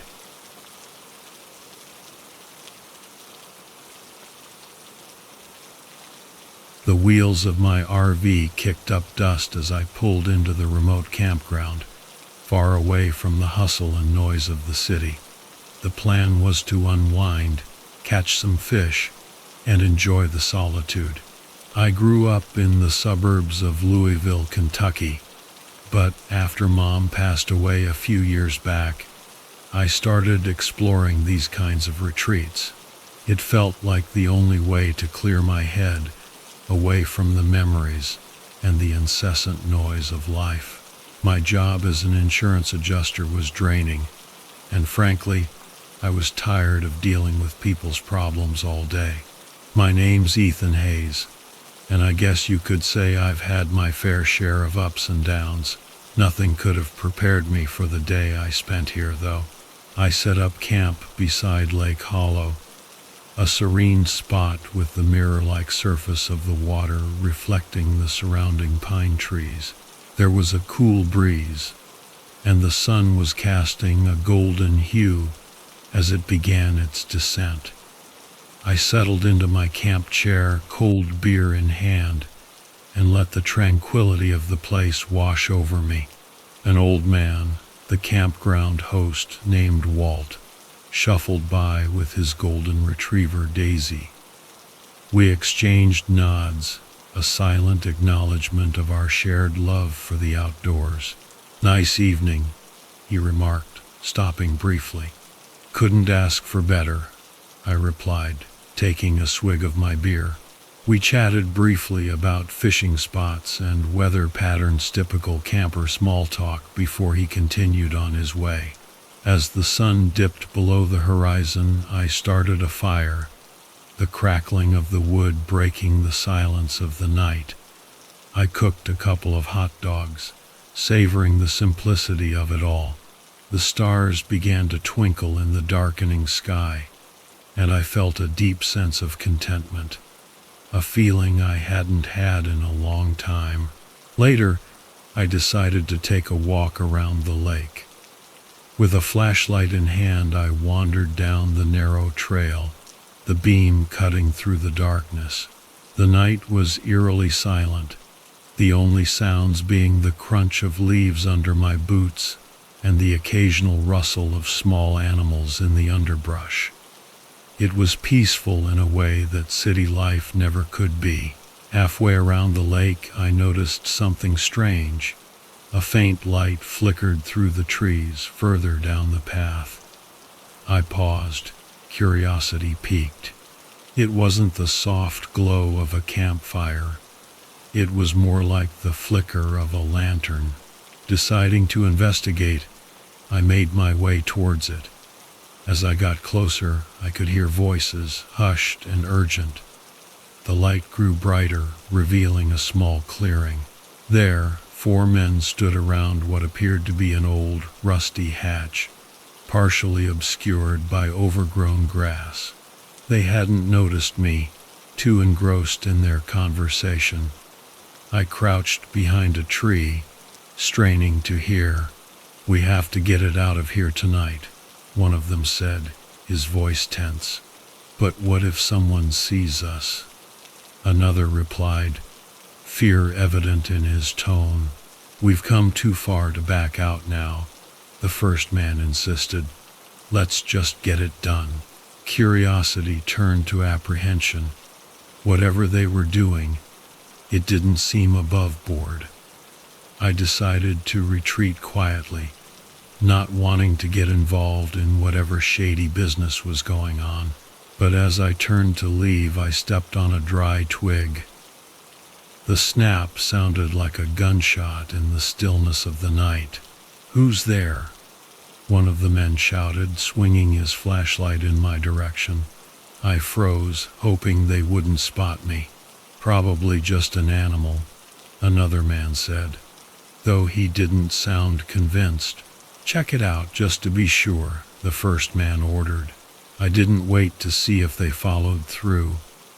Heart pounding, I began to creep away, sticking close to the trees to avoid detection. After what felt like an eternity, I made it back to my campsite. The fire had died down to glowing embers, casting long shadows. I couldn't shake the feeling of unease. What were those men doing? What was in that hatch? A part of me wanted to pack up and leave, but another part, the stubborn, curious part, wanted to know more. Against my better judgment, I decided to stick around, at least until morning. The next day, I rose early, the events of the previous night still fresh in my mind. Walt came by again, his dog trotting happily beside him. "Sleep well?" he asked. "Not really," I replied. "Saw some strange activity around the lake last night. A group of men doing something with a hatch." Walt's brow furrowed. "A hatch? That's odd. This place has been quiet for years. Probably just some kids playing a prank." "Maybe," I said, though I didn't believe it. After breakfast, I decided to explore the area around the lake again, this time in daylight. The clearing was easy to find, but the hatch was gone, replaced by a patch of disturbed earth. I knelt down, brushing away some of the dirt. The edges of the hatch were still visible, suggesting it had been hastily covered. Suddenly, I heard footsteps behind me. I turned to see one of the men from the previous night, his face contorted in anger. "What the hell do you think you're doing?" he snarled. "Just curious," I said, trying to keep my voice steady. "Curiosity killed the cat," he replied, stepping closer. "And it might just kill you too." Before I could react, he swung a fist at me. I dodged, but not fast enough. His knuckles grazed my cheek, sending a jolt of pain through my face. I stumbled back, reaching for anything to defend myself. My hand closed around a rock, and I swung it at him, connecting with his temple. He crumpled to the ground, unconscious. Breathing heavily, I looked around, half expecting the other men to appear, but the woods were silent. I had to act fast. I pried the hatch open, revealing a dark hole with a ladder leading down. Ignoring my instincts to flee, I descended, the air growing colder with each rung. At the bottom, I found myself in a narrow tunnel. The walls were damp, and the air was thick with the smell of mildew and something else, something metallic and sickening. I followed the tunnel, the sound of dripping water echoing around me. After what felt like an eternity, I reached a small chamber. There I saw something that made my blood run cold. 3 bodies lay on the ground, their faces contorted in expressions of terror. They were dressed in camping gear, much like mine. I recognized one of them as a man who had checked into the campground a few days before me. What had these men stumbled upon? Before I could ponder further, I heard footsteps approaching. I pressed myself against the wall, my heart pounding in my chest. 2 men entered the chamber carrying shovels. "Get rid of these quickly," one of them said. "We can't afford to leave any evidence." I watched in horror as they began to dig shallow graves. I had to get out of there before they noticed me. Moving as quietly as I could, I retraced my steps, climbing back up the ladder and replacing the hatch. I dragged the unconscious man into the underbrush, hoping it would buy me some time. Back at my campsite, I quickly packed up, my mind racing. I had to get to the nearest town and alert the authorities. As I drove away, I saw Walt's camper in the distance. Should I warn him? No, I decided. There was no time. I had to get help before those men discovered what I had seen. It took me nearly an hour to reach the small town of Redford. I parked outside the sheriff's office, my hands shaking as I dialed 911. "Sheriff's office. What's your emergency?" a calm voice answered. "I need to report a murder. Several murders, actually." I took a deep breath. The next few hours were a blur of questions and statements. Sheriff Hayes, a no-nonsense woman with sharp eyes, took my report seriously. She dispatched a team to the campground while I waited anxiously. When they returned, their faces were grim. The bodies had been found, just as I described. The hatch was part of an old, abandoned bunker from the Cold War era, repurposed by these men for their nefarious activities.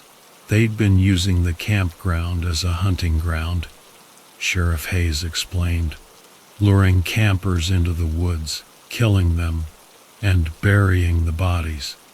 "Thanks to you, we've put an end to it." As I sat there, processing everything, the sheriff gave me a reassuring pat on the shoulder. "You did good, Ethan. Those men are going away for a long time." I nodded, feeling a mix of relief and lingering fear. The tranquility of the campground was forever shattered, replaced by the haunting memories of what I had discovered. I knew I'd never return to Lake Hollow, but the thought of those innocent campers finding peace at last gave me some solace.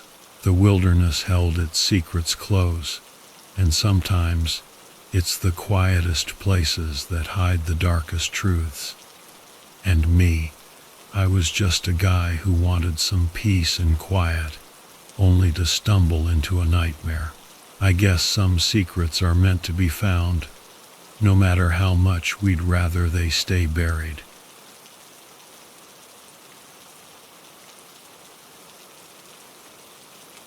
The wheels of my RV kicked up dust as I pulled into the remote campground, far away from the hustle and noise of the city.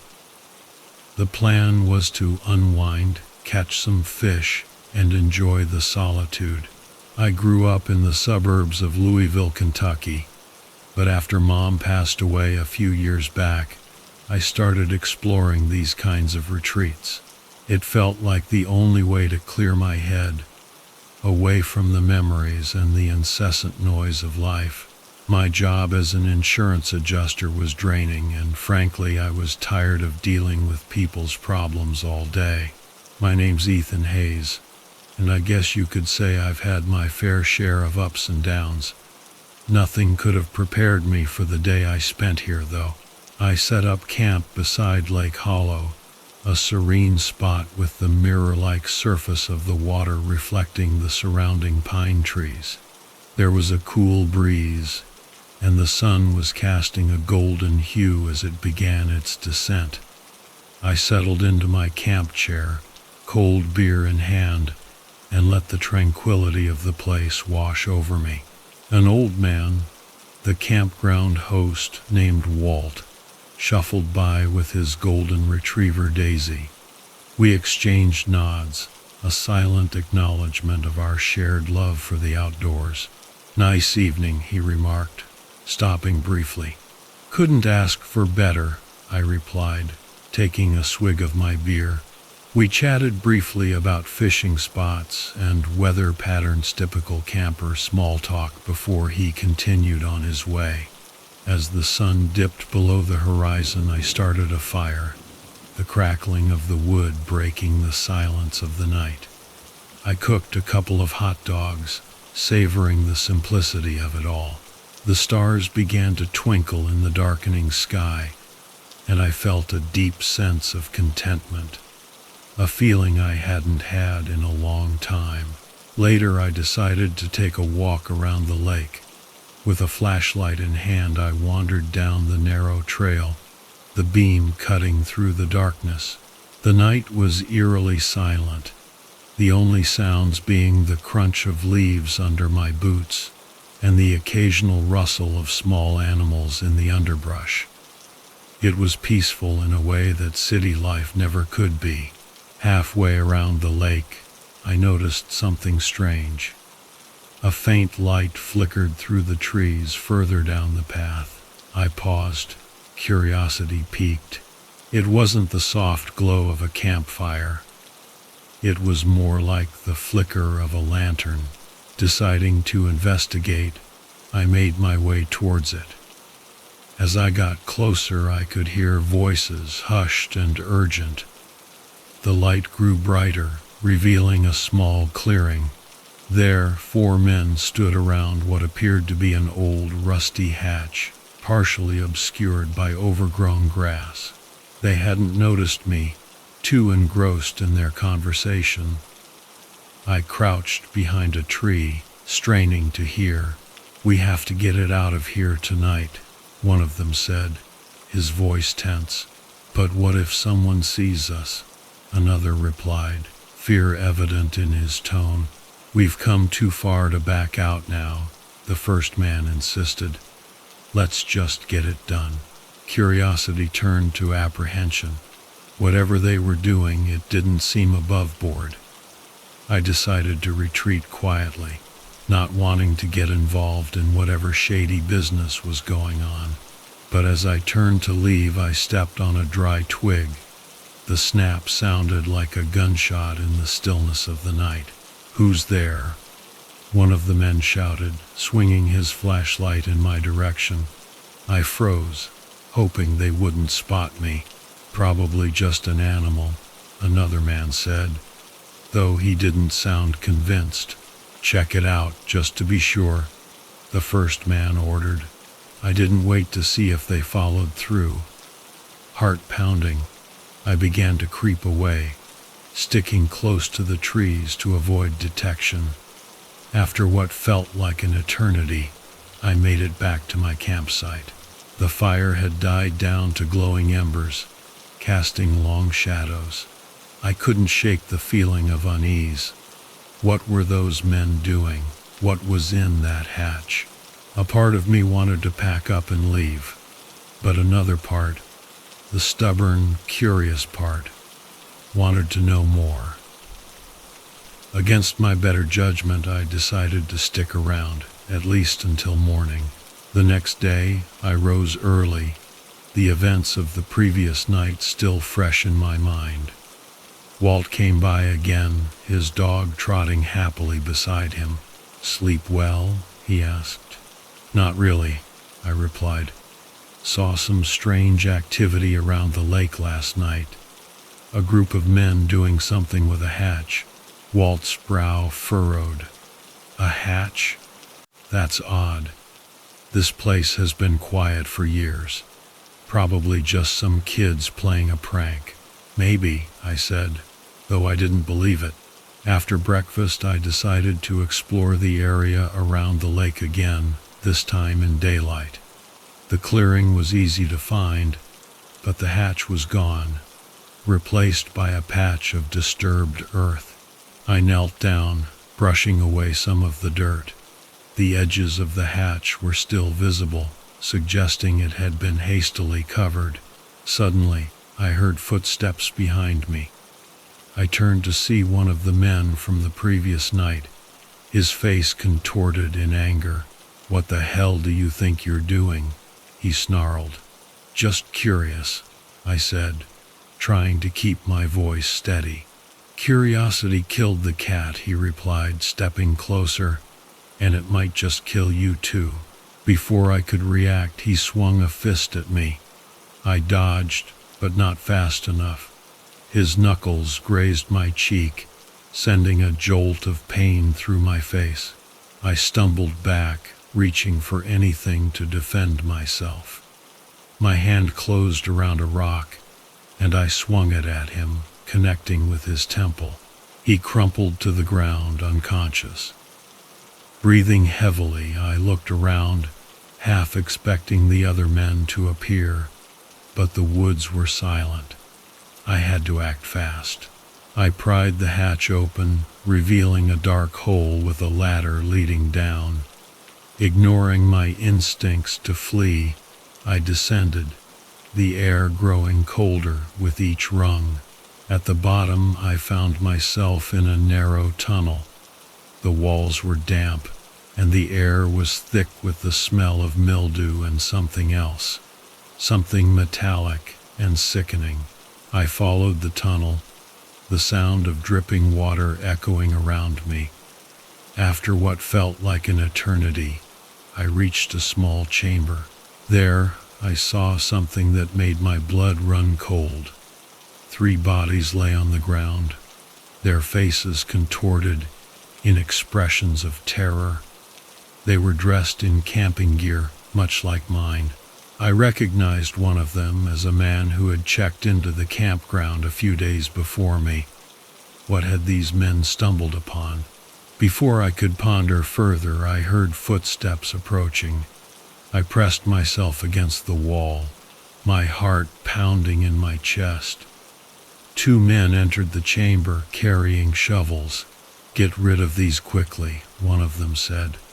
"We can't afford to leave any evidence." I watched in horror as they began to dig shallow graves. I had to get out of there before they noticed me. Moving as quietly as I could, I retraced my steps, Climbing back up the ladder and replacing the hatch, I dragged the unconscious man into the underbrush, hoping it would buy me some time. Back at my campsite, I quickly packed up, my mind racing. I had to get to the nearest town and alert the authorities. As I drove away, I saw Walt's camper in the distance. Should I warn him? No, I decided. There was no time. I had to get help before those men discovered what I had seen. It took me nearly an hour to reach the small town of Redford. I parked outside the sheriff's office, my hands shaking as I dialed 911. "Sheriff's office, what's your emergency?" A calm voice answered. "I need to report a murder. Several murders, actually." I took a deep breath. The next few hours were a blur of questions and statements. Sheriff Hayes, a no-nonsense woman with sharp eyes, took my report seriously. She dispatched a team to the campground while I waited anxiously. When they returned, their faces were grim. The bodies had been found, just as I described. The hatch was part of an old abandoned bunker from the Cold War era, repurposed by these men for their nefarious activities. They'd been using the campground as a hunting ground, Sheriff Hayes explained, luring campers into the woods, killing them, and burying the bodies. "Thanks to you, we've put an end to it." As I sat there processing everything, the sheriff gave me a reassuring pat on the shoulder. "You did good, Ethan. Those men are going away for a long time." I nodded, feeling a mix of relief and lingering fear. The tranquility of the campground was forever shattered, replaced by the haunting memories of what I had discovered. I knew I'd never return to Lake Hollow, but the thought of those innocent campers, finding peace at last, gave me some solace. The wilderness held its secrets close, and sometimes it's the quietest places that hide the darkest truths. And me? I was just a guy who wanted some peace and quiet, only to stumble into a nightmare. I guess some secrets are meant to be found, no matter how much we'd rather they stay buried.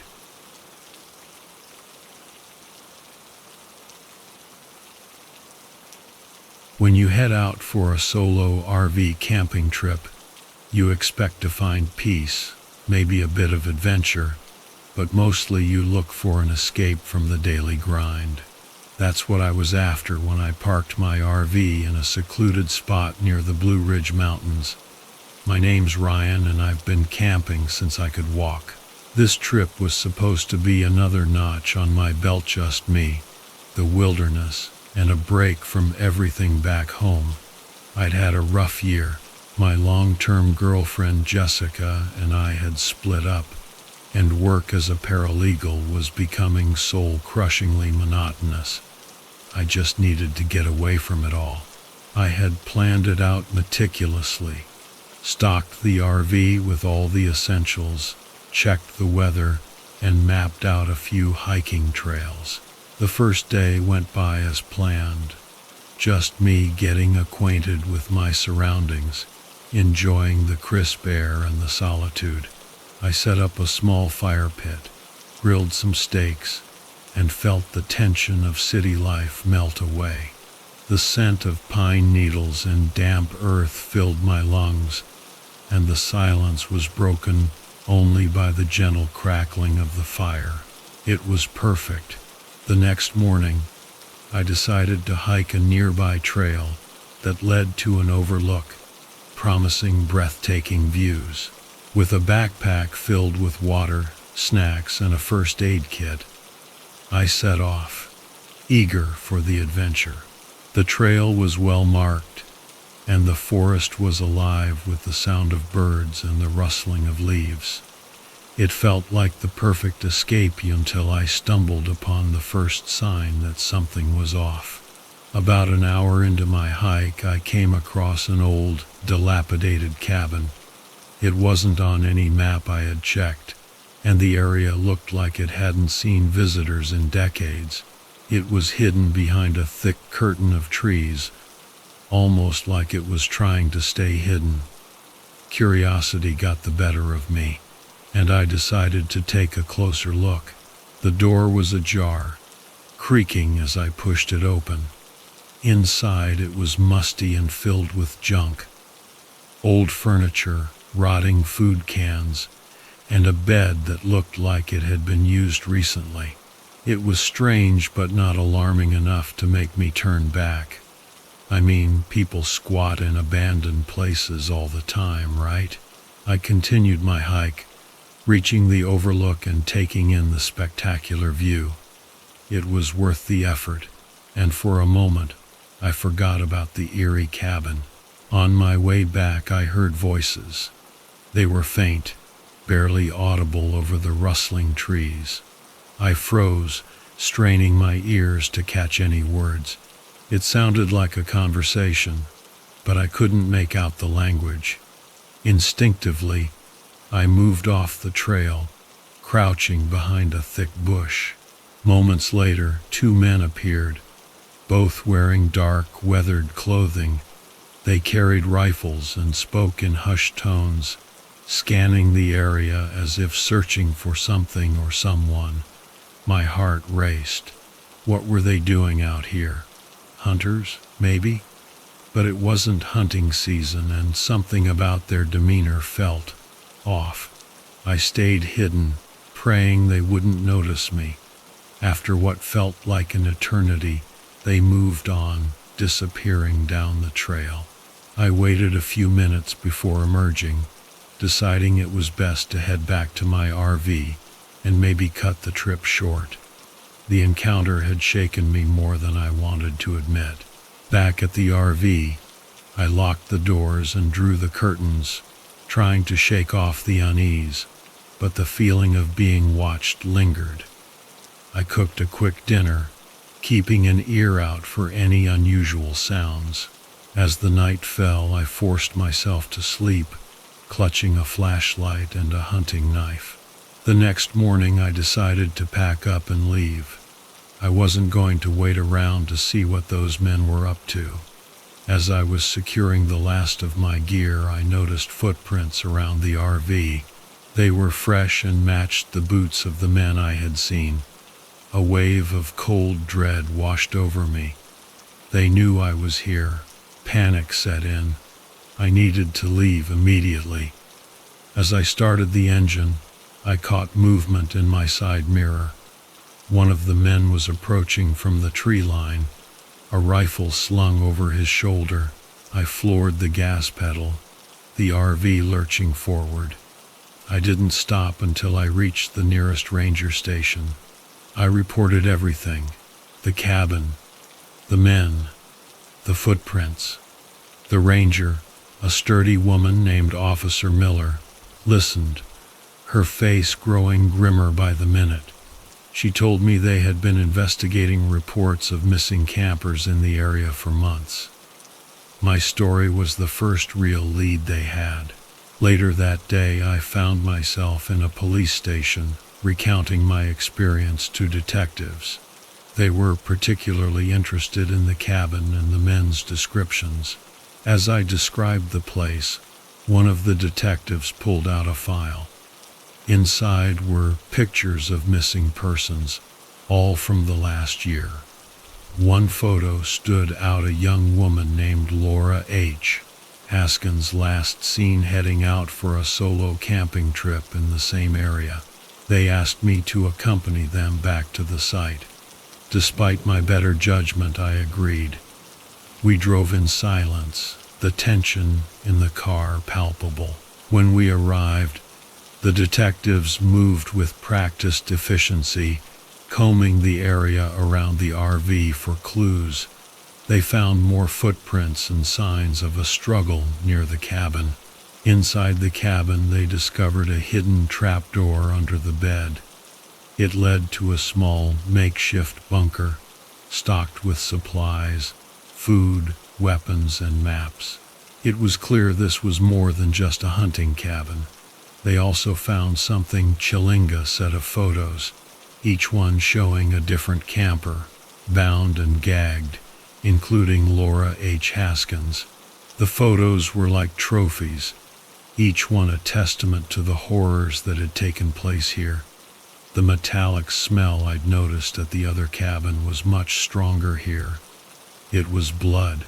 As the detectives continued their investigation, I stood outside, trying to process everything. The peaceful escape I had sought had turned into a nightmare. The rangers and detectives were buzzing around, coordinating search efforts and collecting evidence. Then, out of nowhere, a shot rang out. Everyone froze. Another shot followed, and I saw one of the detectives drop to the ground. Chaos erupted. The other detective, Deputy Hayes, grabbed me, pushing me behind the RV as he radioed for backup. Shots continued to echo through the trees, and I realized the men had returned, probably watching us the entire time. The next few minutes were a blur. Deputy Hayes kept me low, covering our retreat as we made our way back to the ranger station. Reinforcements arrived quickly, a team of armed officers moving into the forest to flush out the attackers. The waiting was agonizing, but eventually, the gunfire ceased. They managed to apprehend one of the men. The other had escaped, leaving a trail of blood behind. The captured man was interrogated, but he refused to talk. They learned his name was Elias, but that was all they got out of him. The rangers continued their search for his partner and any more victims. I was taken back to the station, my mind racing with the events that had unfolded. In the following weeks, the story made headlines. The authorities uncovered a disturbing pattern of kidnappings and murders spanning several years. The men had been operating in the area, targeting solo campers and hikers. They would lure their victims to the cabin, then transport them to different locations, using the bunker as a staging point. It was a carefully planned operation, and the fact that I had stumbled upon it was pure chance. They were methodical, organized, and had been doing this for a long time. Laura H. Haskins was never found. The photos were the only evidence of her fate. The case remained open, and the authorities continued their search, but hope dwindled with each passing day. I returned to my life, but the experience changed me. Camping trips were no longer about peace and solitude.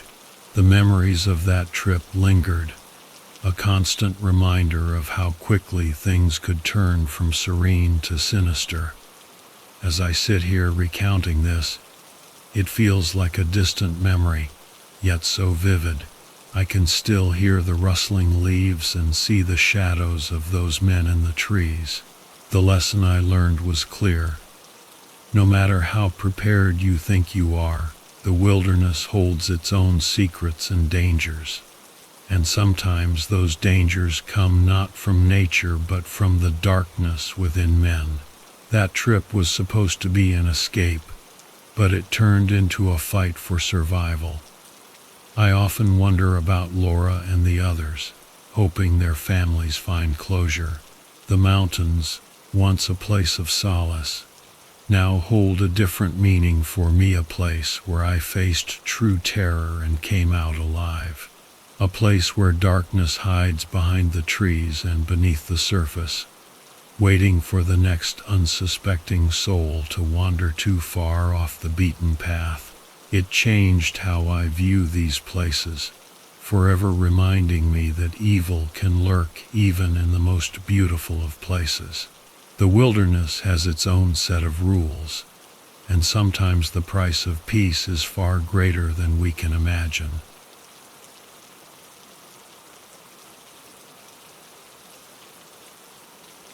Nobody expects their quiet weekend getaway to turn into a nightmare, I muttered.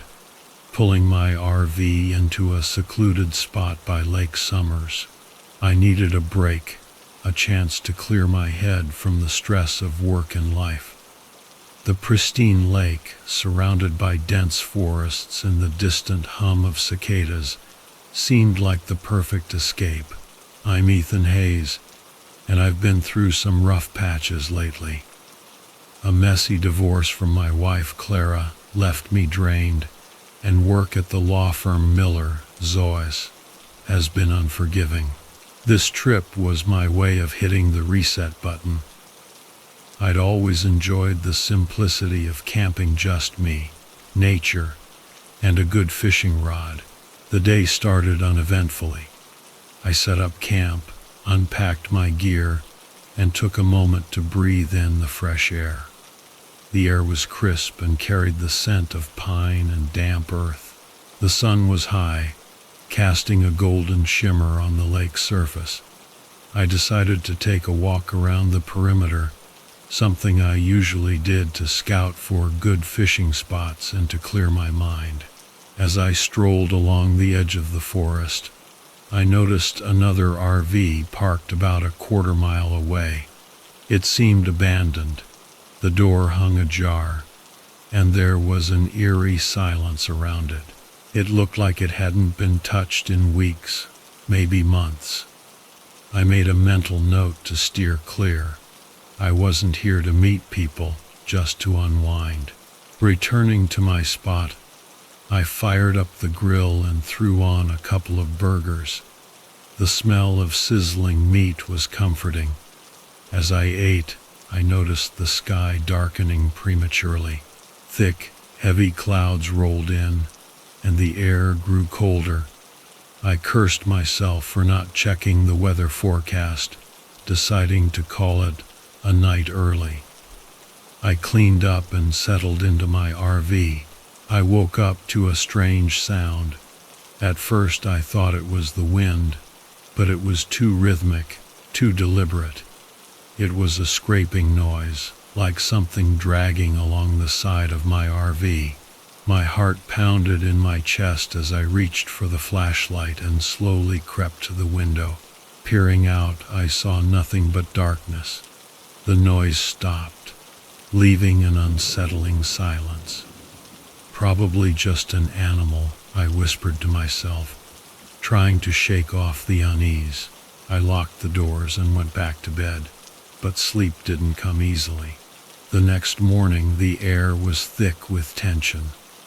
The lake, usually teeming with life, was oddly still. Even the birds seemed to have gone silent. I decided to go for a hike, hoping to shake off the remnants of the night's fear. Packing some essentials water, a map, a compass, and my trusty pocket knife, I set off into the forest, following a narrow trail that wound through the trees. An hour into my hike, I stumbled upon a small clearing. In the center was a makeshift camp, clearly abandoned in a hurry. Scattered around were clothes, a tent, and, disturbingly, a blood-stained sleeping bag. The metallic scent of blood hung heavy in the air. Panic surged through me, but I forced myself to stay calm. I needed to get back to my RV and call the authorities. As I turned to leave, I heard voices, low, urgent whispers coming from the trees. I ducked behind a bush, straining to hear. The voices grew louder, closer.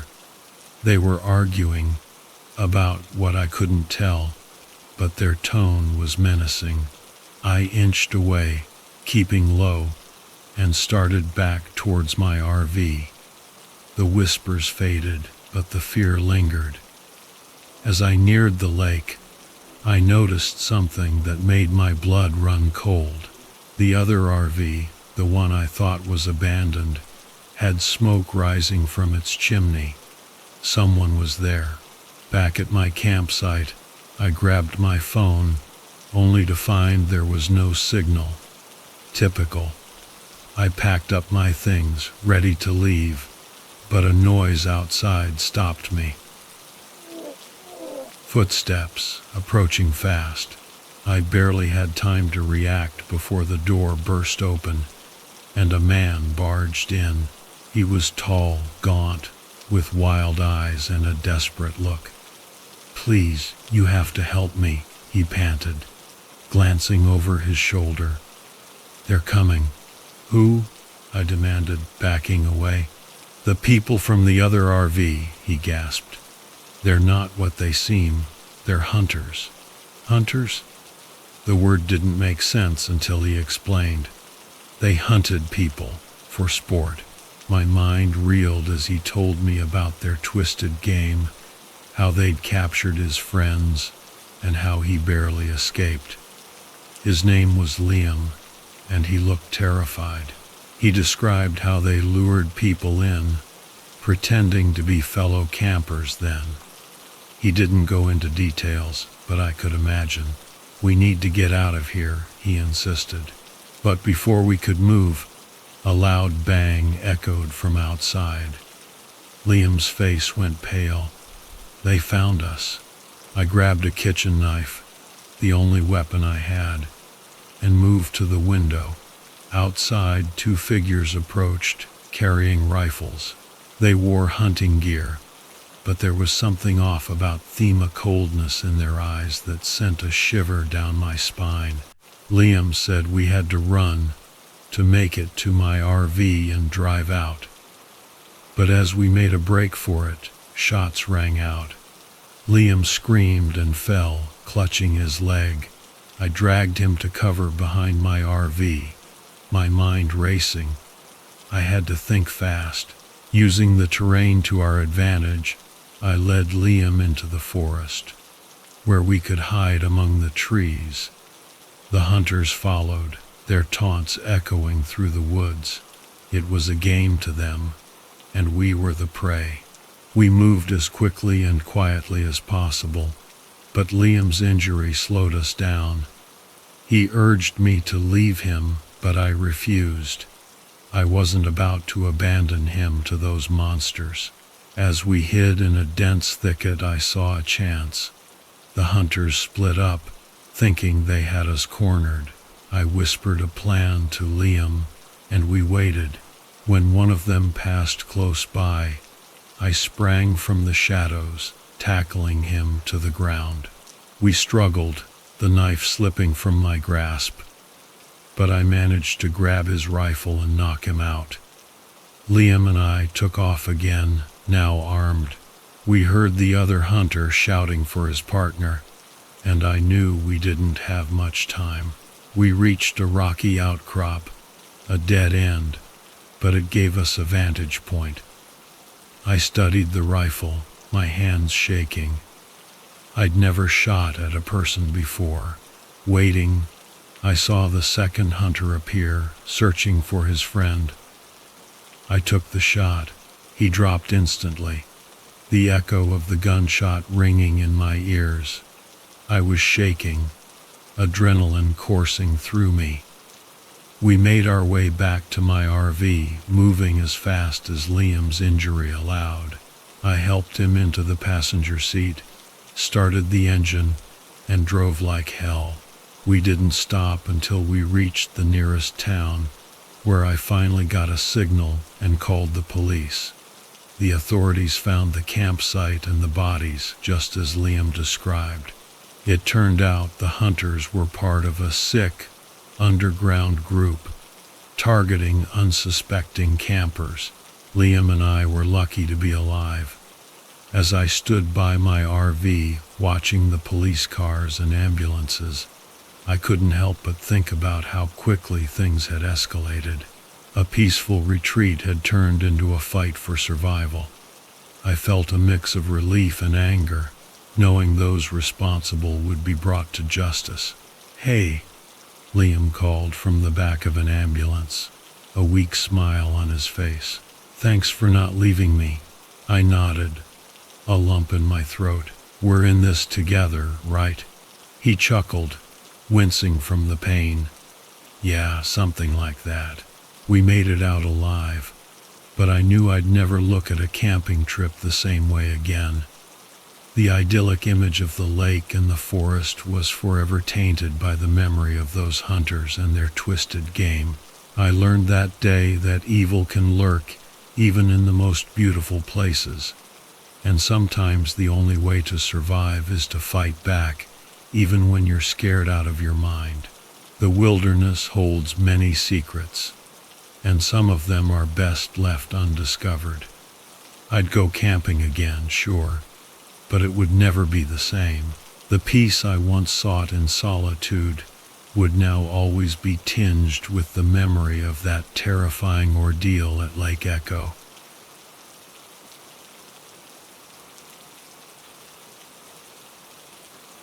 Camping had always been my escape, the kind of break from the grind where I could breathe freely and not think about the pressures of life. This particular trip was supposed to be like any other my RV and the serenity of nature, but it turned out to be anything but ordinary.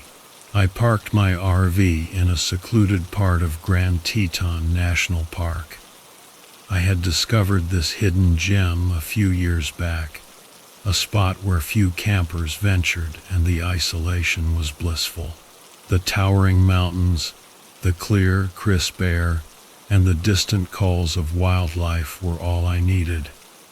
My name is Ben, and I have a knack for finding these off-the-beaten-path spots.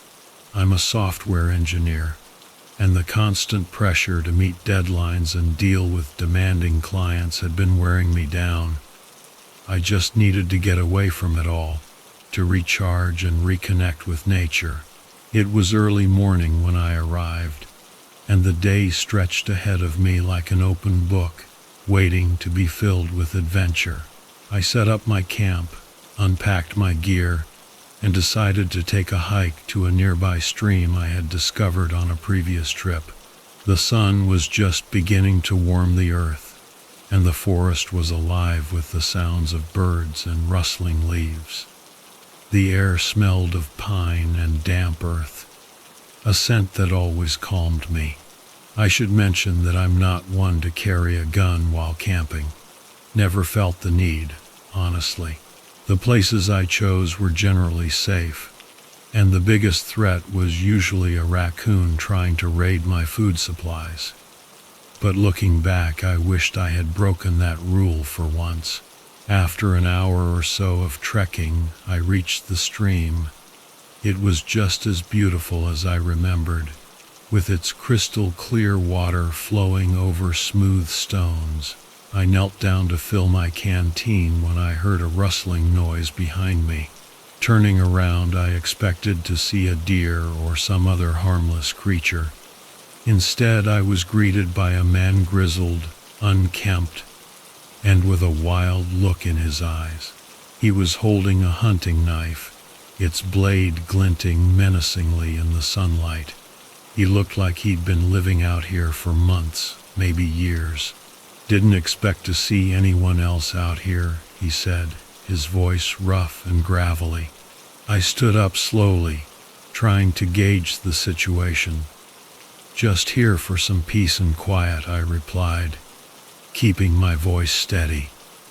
"Name's Ben. You?" He ignored my question, taking a step closer. "Got any food on you?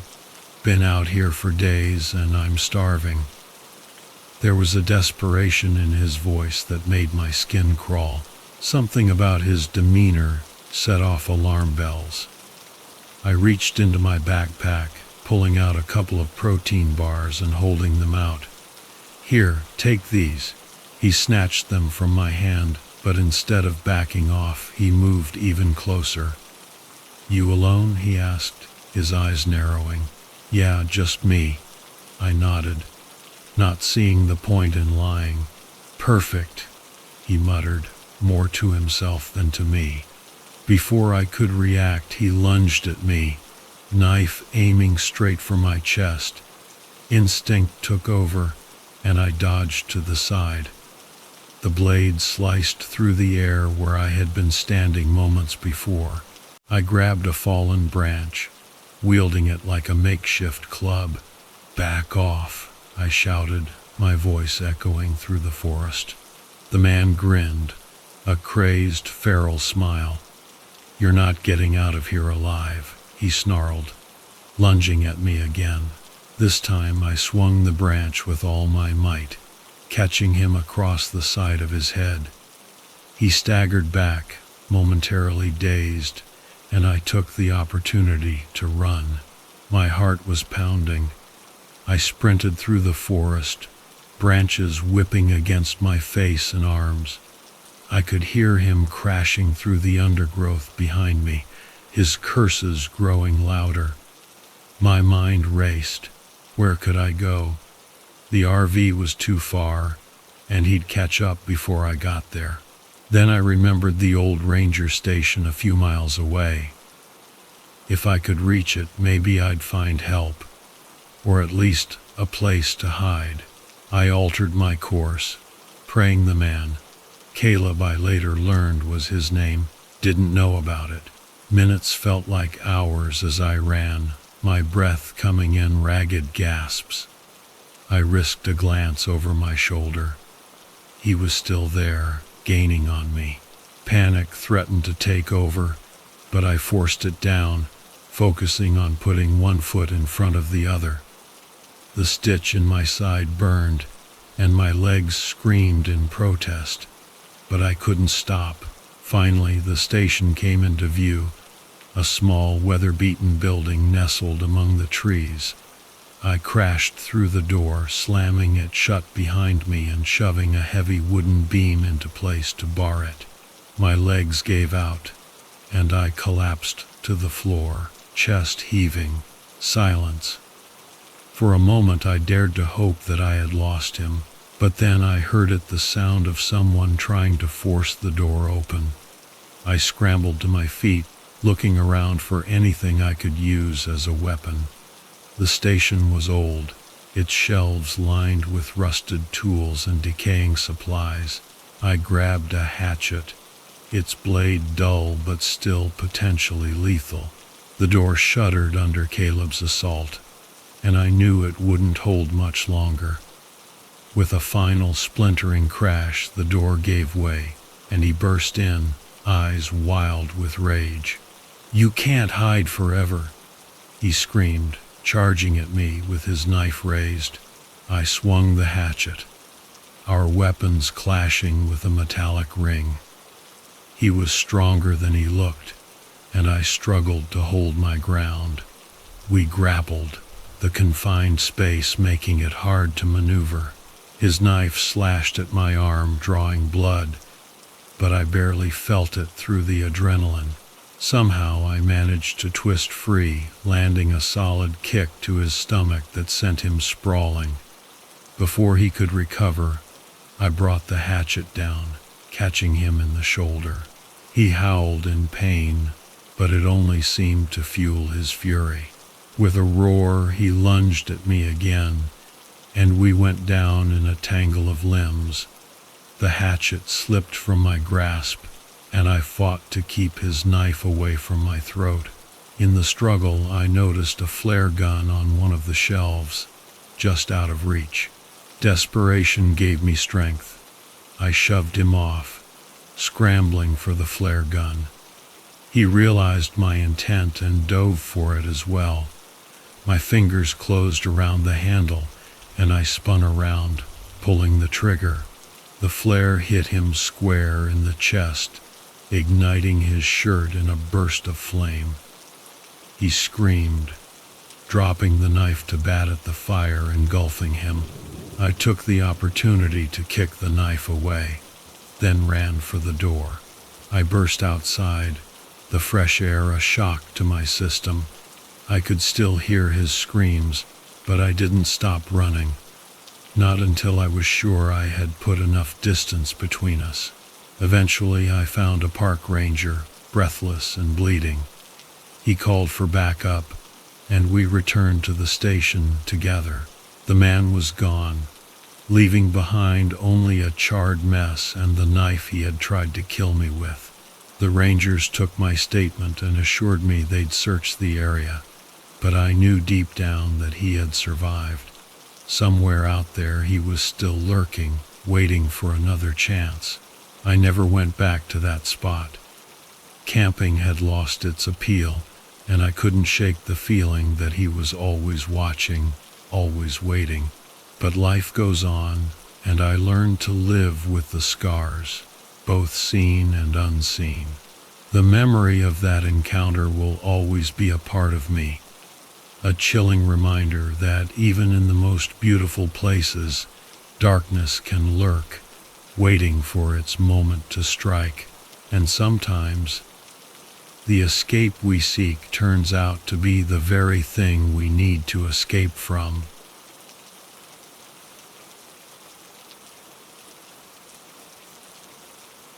The wheels of my RV kicked up dust as I pulled into the remote campground, far away from the hustle and noise of the city. The plan was to unwind, catch some fish, and enjoy the solitude. I grew up in the suburbs of Portland, but after Mom passed away a few years back, I started exploring these kinds of retreats. It felt like the only way to clear my head, away from the memories and the incessant noise of life. My job as a data analyst was starting to feel like a slow death by spreadsheet. My name's Jack, and I guess you could say I've had my fair share of ups and downs. Nothing could have prepared me for the day I spent here, though. I set up camp beside a lake in the Tillamook State Forest, a serene spot with the mirror-like surface of the water reflecting the surrounding pine trees. There was a cool breeze, the sun casting a golden hue as it began its descent. I settled into my camp chair, cold beer in hand, and let the tranquility of the place wash over me. An old man, the campground host named Vernon, shuffled by with his golden retriever Daisy. We exchanged nods, a silent acknowledgement of our shared love for the outdoors. "Nice evening," he remarked, stopping briefly. "Couldn't ask for better," I replied, taking a swig of my beer. We chatted briefly about fishing spots and weather patterns, typical camper small talk before he continued on his way. As the sun dipped below the horizon, I started a fire, the crackling of the wood breaking the silence of the night. I cooked a couple of hot dogs, savoring the simplicity of it all. The stars began to twinkle in the darkening sky, and I felt a deep sense of contentment. Later, I decided to take a walk around the lake. With a flashlight in hand, I wandered down the narrow trail, the beam cutting through the darkness. The night was eerily silent, the only sounds being the crunch of leaves under my boots and the occasional rustle of small animals in the underbrush. It was peaceful in a way that city life never could be. Halfway around the lake, I noticed something strange. A faint light flickered through the trees further down the path. I paused, curiosity piqued. It wasn't the soft glow of a campfire. It was more like the flicker of a lantern. Deciding to investigate, I made my way towards it. As I got closer, I could hear voices, hushed and urgent. The light grew brighter, revealing a small clearing. There, I saw a man rummaging through what appeared to be an abandoned campsite. He was tall, with a scruffy beard and unkempt hair, wearing a dirty flannel shirt and jeans. He looked up as I approached, his eyes wild and darting. "Hey, what are you doing here?" I called out, trying to sound calm. The man straightened up, his expression shifting from surprise to aggression. "None of your business," he spat back, his voice gravelly. I took a step back, sensing the hostility. "I'm just camping nearby. Thought I'd check out what was making the noise." "Well, you checked. Now leave," he growled, reaching into his pocket. Something about his demeanor sent a chill down my spine. The way he moved, the way he talked, it was like he was on edge. ready to snap. I nodded and slowly backed away, keeping my eyes on him until I was out of sight. As soon as I was back at my campsite, I grabbed my phone to call the local authorities, but there was no signal. Typical. I decided to wait until morning to report the encounter, hoping the man would move on. I didn't sleep much that night, every sound amplified in the silence. I kept my hunting knife close, just in case. The next morning I packed up my things and drove to the nearest ranger station. I told the ranger on duty, a guy named Ranger Davis, about my encounter. He seemed concerned and assured me they'd check it out. Feeling somewhat relieved, I decided to stay another night, but this time I parked my RV closer to the main road. As the day wore on, I tried to relax, fishing by the river and reading my book, but the unease lingered. That evening, just as I was about to call it a night, I heard a scream of blood-curdling, desperate scream echoing through the forest. My blood ran cold. Grabbing my flashlight and knife, I sprinted towards the sound. As I neared the source, I found another campsite, this one in disarray. The tent was slashed open, and there was blood on the ground. I spotted a young woman, probably in her early 20s, tied to a tree, her face bruised and terrified. I quickly cut her loose, and she collapsed into my arms, sobbing. He killed them, she stammered, her voice shaking. My friends, he killed them. My mind raced. This was escalating quickly. Who did this? Was it the man I saw yesterday? She nodded, tears streaming down her face. Yes, he's crazy. We were just camping, and he attacked us out of nowhere. I had to get her to safety. Supporting her weight, we made our way back to my RV. I locked the doors and tried my phone again. Still no signal. I cursed under my breath.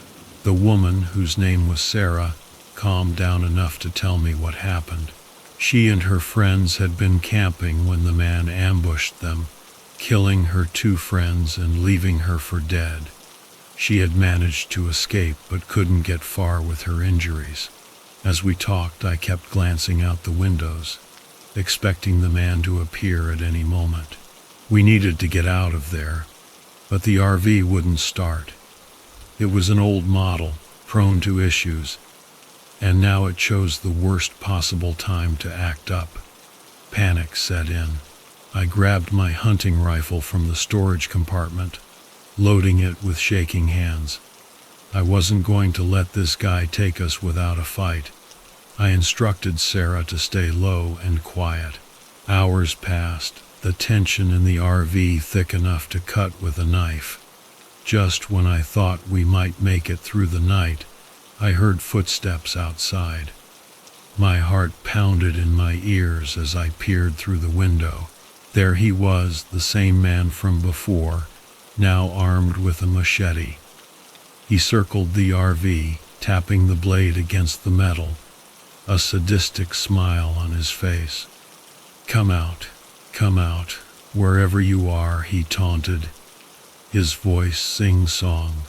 I took a deep breath, steadied my aim, and fired a warning shot. The sound echoed through the forest, and the man froze, his smile fading. He didn't retreat, though. Instead, he lunged at the RV, slashing at the door with his machete. I fired again, this time hitting him in the shoulder. He howled in pain but didn't stop. The door began to give way under his relentless assault. Sarah screamed, and I knew we had to act fast. I handed her a knife and told her to be ready. As the man forced his way inside, I tackled him, the two of us struggling for control of the machete. He was strong, stronger than I anticipated, and it took everything I had to keep the blade from my throat. Sarah joined the fray, slashing at his leg with her knife. He roared in pain, giving me the opening I needed to wrest the machete from his grip and drive it into his chest. He gasped, eyes wide with shock, before collapsing to the floor. We didn't have time to celebrate. I quickly checked him to make sure he was dead, then turned my attention to Sarah. She was shaken but unharmed. "Let's get out of here," I said, grabbing the keys and trying the ignition one more time. Miraculously, the engine roared to life, and we sped away from that nightmare. We reached the ranger station just as dawn was breaking. Ranger Davis was already there, having received a distressed call from another camper who heard the gunshots. He took one look at us and knew something was terribly wrong. Sarah gave her statement, and they dispatched a team to recover the bodies and secure the area. It was over. The aftermath was a blur of police interviews and medical checks. Sarah was reunited with her family, and I returned to Portland, my mind reeling from the events. I had come to the forest seeking peace, and found something far darker. Back in the city, I couldn't shake the feeling of unease. The encounter had changed me, but I wasn't traumatized. I was more aware, more vigilant. The world was a dangerous place, and I had come face to face with its brutality. Life went on, but the memory of that night stayed with me, a reminder of how quickly things could go from serene to sinister, and a reminder that sometimes the monsters we fear aren't hiding in the shadows, they're right out in the open, waiting for their chance to strike. I learned a harsh lesson out there in the woods. You can try to run from your problems, but sometimes they'll find you, even in the most unexpected places. And when they do, you better be ready to fight back.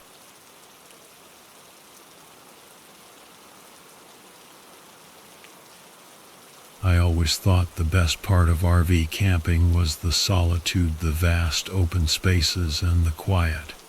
You could hear yourself think, which is rare these days. I'm Ethan, and I needed that peace more than anything after my divorce. Sarah took the house, the dog, and pretty much everything else. The judge granted me visitation rights to see my son Noah every other weekend. So I got myself an old RV and hit the road whenever I could. It wasn't the worst trade-off. The RV was like a mobile therapy session on wheels. This trip took me to a quiet patch of wilderness in the Adirondacks, the kind of place where cell service is a myth and the nearest neighbor is miles away. Perfect for someone trying to figure out where their life went off the rails. My job as an accountant wasn't exactly fulfilling, and I felt like I was just going through the motions. I parked the RV near a crystal clear lake, surrounded by towering pines that whispered secrets in the breeze. The air was crisp and smelled of pine needles and damp earth, and the sky was painted in hues of orange and pink as the sun dipped below the horizon. I set up a small campfire and roasted some hot dogs, sipping on a beer as I watched the flames dance. It was peaceful, almost too peaceful.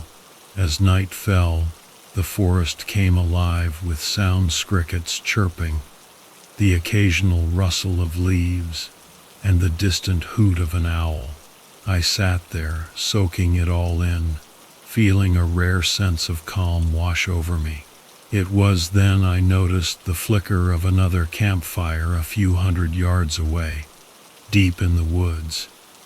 I didn't recall seeing anyone else around when I arrived. Curiosity got the better of me. I grabbed my flashlight and headed toward the light. The forest was dense, the ground covered in a thick carpet of pine needles that muffled my footsteps. As I got closer, I could make out the shape of a tent and a figure sitting by the fire. "Hey there," I called out, not wanting to startle whoever it was. The figure turned and I saw it was a man, probably in his mid-30s, with a scruffy beard and an old army jacket. He waved me over. "Didn't think I'd see anyone else out here," he said as I approached. "Named Caleb." "Ethan," I replied, shaking his hand. "Mind if I join you for a bit?" "Not at all," he said, gesturing to a log opposite him.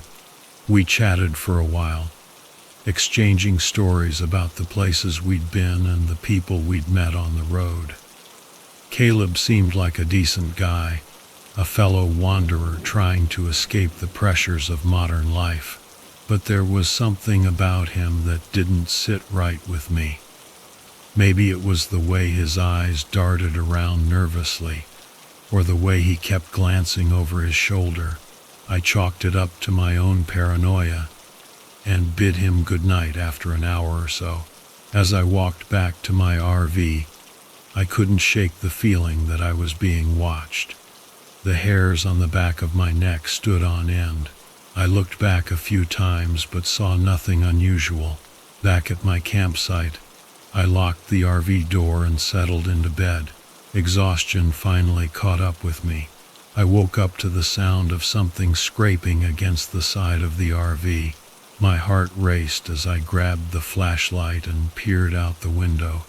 Nothing, just the dark silhouettes of trees swaying in the night breeze. I lay back down, but sleep wouldn't come. Every creak and groan of the RV made me jump. I must have drifted off eventually because the next thing I knew, sunlight was streaming through the windows. I felt foolish for getting so worked up. It was probably just the wind, I told myself.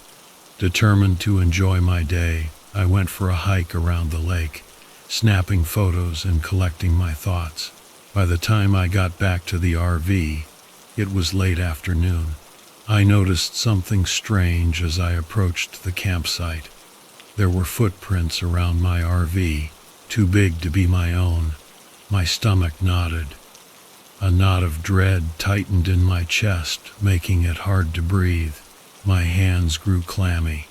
I followed the prints to the edge of the woods where they disappeared. It looked like someone had been circling the RV, watching. I thought about Caleb and his odd behavior the night before. Maybe I was overreacting, but I decided to pack up and leave. I could find another spot, deeper in the wilderness, away from prying eyes.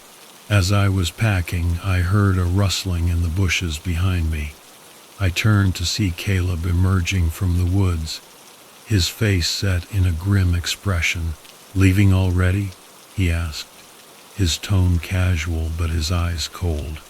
"Yeah, thought I'd explore a bit more," I replied, trying to keep my voice steady. Caleb stepped closer, too close for comfort. "You know, it's not safe out here. People go missing all the time." "Is that so?" I said, my pulse quickening. "Well, thanks for the heads up." He didn't move. "You saw something last night, didn't you?" I frowned. "What are you talking about?"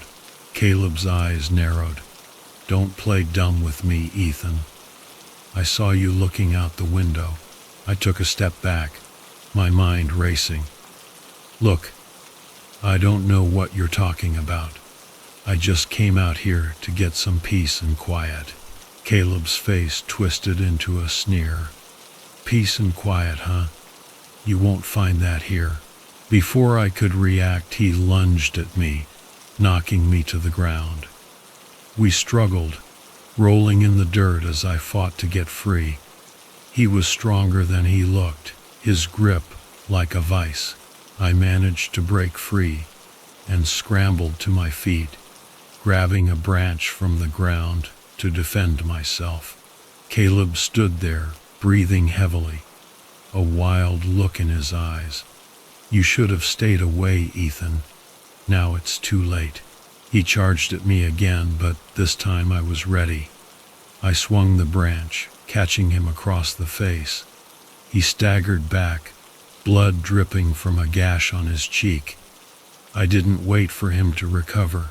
I ran to the RV, jumped in, and started the engine. As I sped away, I glanced in the rearview mirror and saw Caleb standing there watching me go. The look in his eyes was one I'd never forget, pure hatred and madness.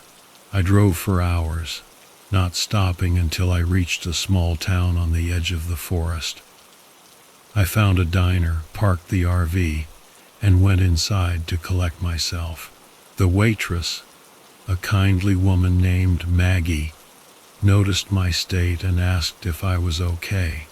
"I think I'm being followed," I said, my voice shaking.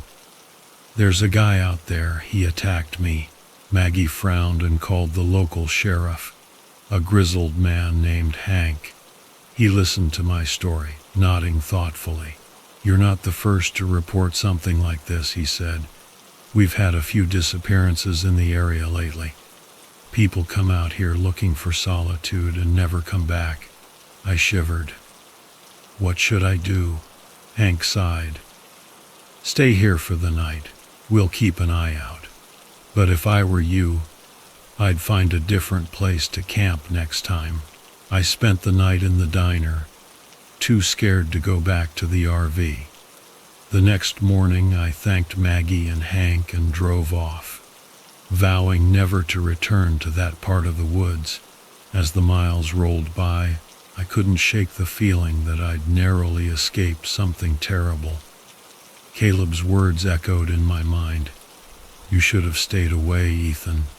Now it's too late." I decided to keep my travels to more populated areas after that. The wilderness was no place for someone like me, not with people like Caleb lurking around.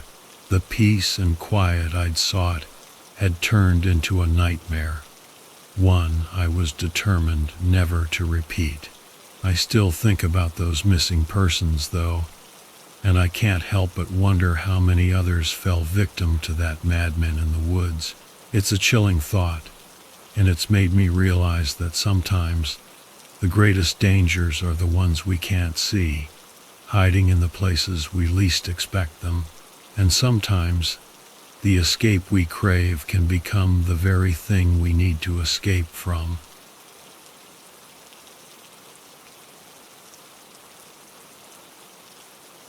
It was supposed to be just another trip, a chance to unwind. I had my RV parked by a secluded lake in rural Maine, miles away from the nearest town. The place was perfect quiet and serene, surrounded by dense forest and the still water reflecting the sky like a mirror. I'd been coming here for years, ever since my dad brought me out on one of his hunting trips when I was a kid. The air smelled of pine and earth, the kind of scent that made you forget about the city's exhaust fumes and endless noise. I had set up camp, built a small fire, and was enjoying a can of beer while watching the sunset. Life had been rough lately. A series of layoffs at the software company I worked for and some personal losses, including the death of my dog Buddy, had left me needing this escape. My name's Ethan Trent, but my friends just call me Al. I'm no hero, just a guy trying to find some peace. It was the perfect evening until I noticed something odd. As the light dimmed, I saw a glimmer of light from deep within the forest, across the lake.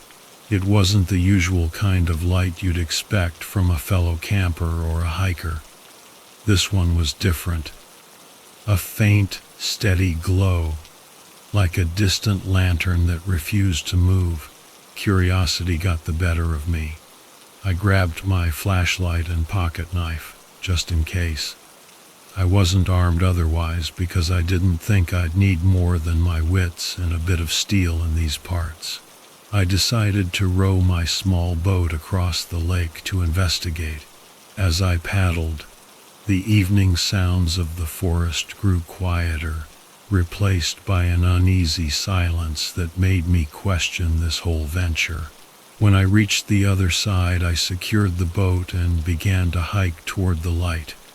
The forest was dense, and the further I went, the more I felt like I was entering another world.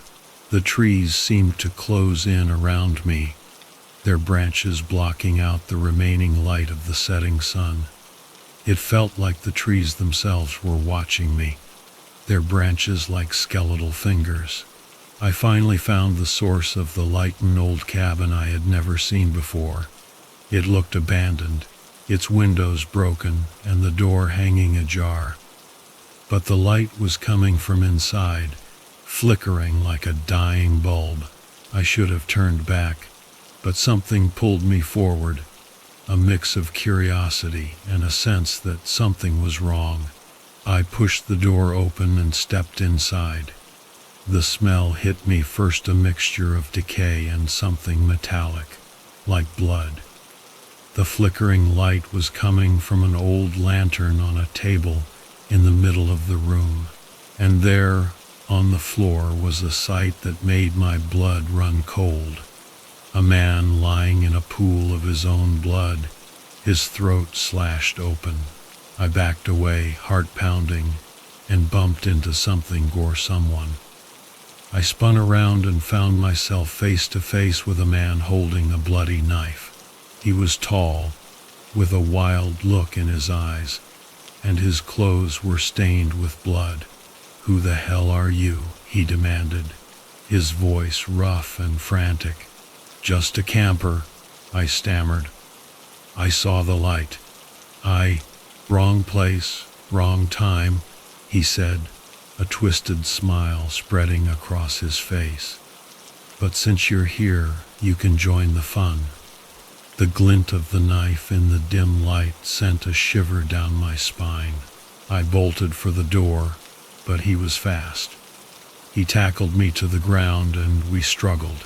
His knife slashed my arm, pain searing through me. Desperation gave me strength, and I managed to kick him off and scramble to my feet. I grabbed a chair and swung it at him. The wood splintered on impact, sending him sprawling. I ran out of the cabin and into the forest, not caring about the direction. My only thought was to get away. The pain in my arm was intense, and I could feel blood dripping down my hand. I stumbled through the underbrush, branches scratching my face, and finally collapsed behind a fallen log, trying to catch my breath. I could hear him coming, his footsteps crunching on the forest floor. I had to think fast. I spotted a large rock nearby and grabbed it, waiting for him to get closer. When he did, I jumped up and smashed the rock into his face. He went down with a grunt, and I didn't wait to see if he was dead or just unconscious. I ran back towards the lake, towards my boat. The forest seemed to conspire against me, every branch and root trying to trip me up, but adrenaline pushed me forward. I reached the boat, jumped in, and started rowing like my life depended on it, because it did. The sound of the water splashing against the boat was the only thing I could hear, drowning out my thoughts and fears. I made it back to my campsite, grabbed my keys and jumped into the RV. My hands were shaking so badly that it took 3 tries to get the key into the ignition. When the engine roared to life, I floored it, tearing down the dirt road, away from the lake, away from that cabin and the man with the knife. I didn't stop until I reached the nearest town, where I found a police station. My story sounded insane, but the blood in my wounds were enough to convince them to take me seriously. They dispatched a team to investigate the cabin, and I was taken to the hospital to get my arm stitched up. It wasn't until the next day that I found out what they discovered. The man I'd seen wasn't alone. The police found another body in the cabin, and evidence of more killings. They caught him, Silas, along with two others who had been part of some twisted group, using the cabin as their base. The police said they had been hunting people in the forest for sport, luring them in with the light. They were locals, apparently. Silas had a long history of violence, and the others were followers drawn to his madness. They used the cabin as a base, preying on hikers and campers who strayed too far from the beaten path. The light was a lure, a way to draw in unsuspecting victims. It turned out Silas had a whole twisted philosophy about returning to nature and purging the weak. He saw himself as a kind of predator, thinning the herd. The others were just as messed up, feeding off his insane ideas. I was lucky to escape, but the memory of that night will always be with me. I still have nightmares about the cabin, the light, and the look in Silas's eyes. I don't think I'll ever go camping again. The wilderness, once a place of peace, now holds a different meaning for me. It's a reminder that evil can lurk even in the most beautiful places, and that sometimes the greatest dangers are the ones we can't see coming.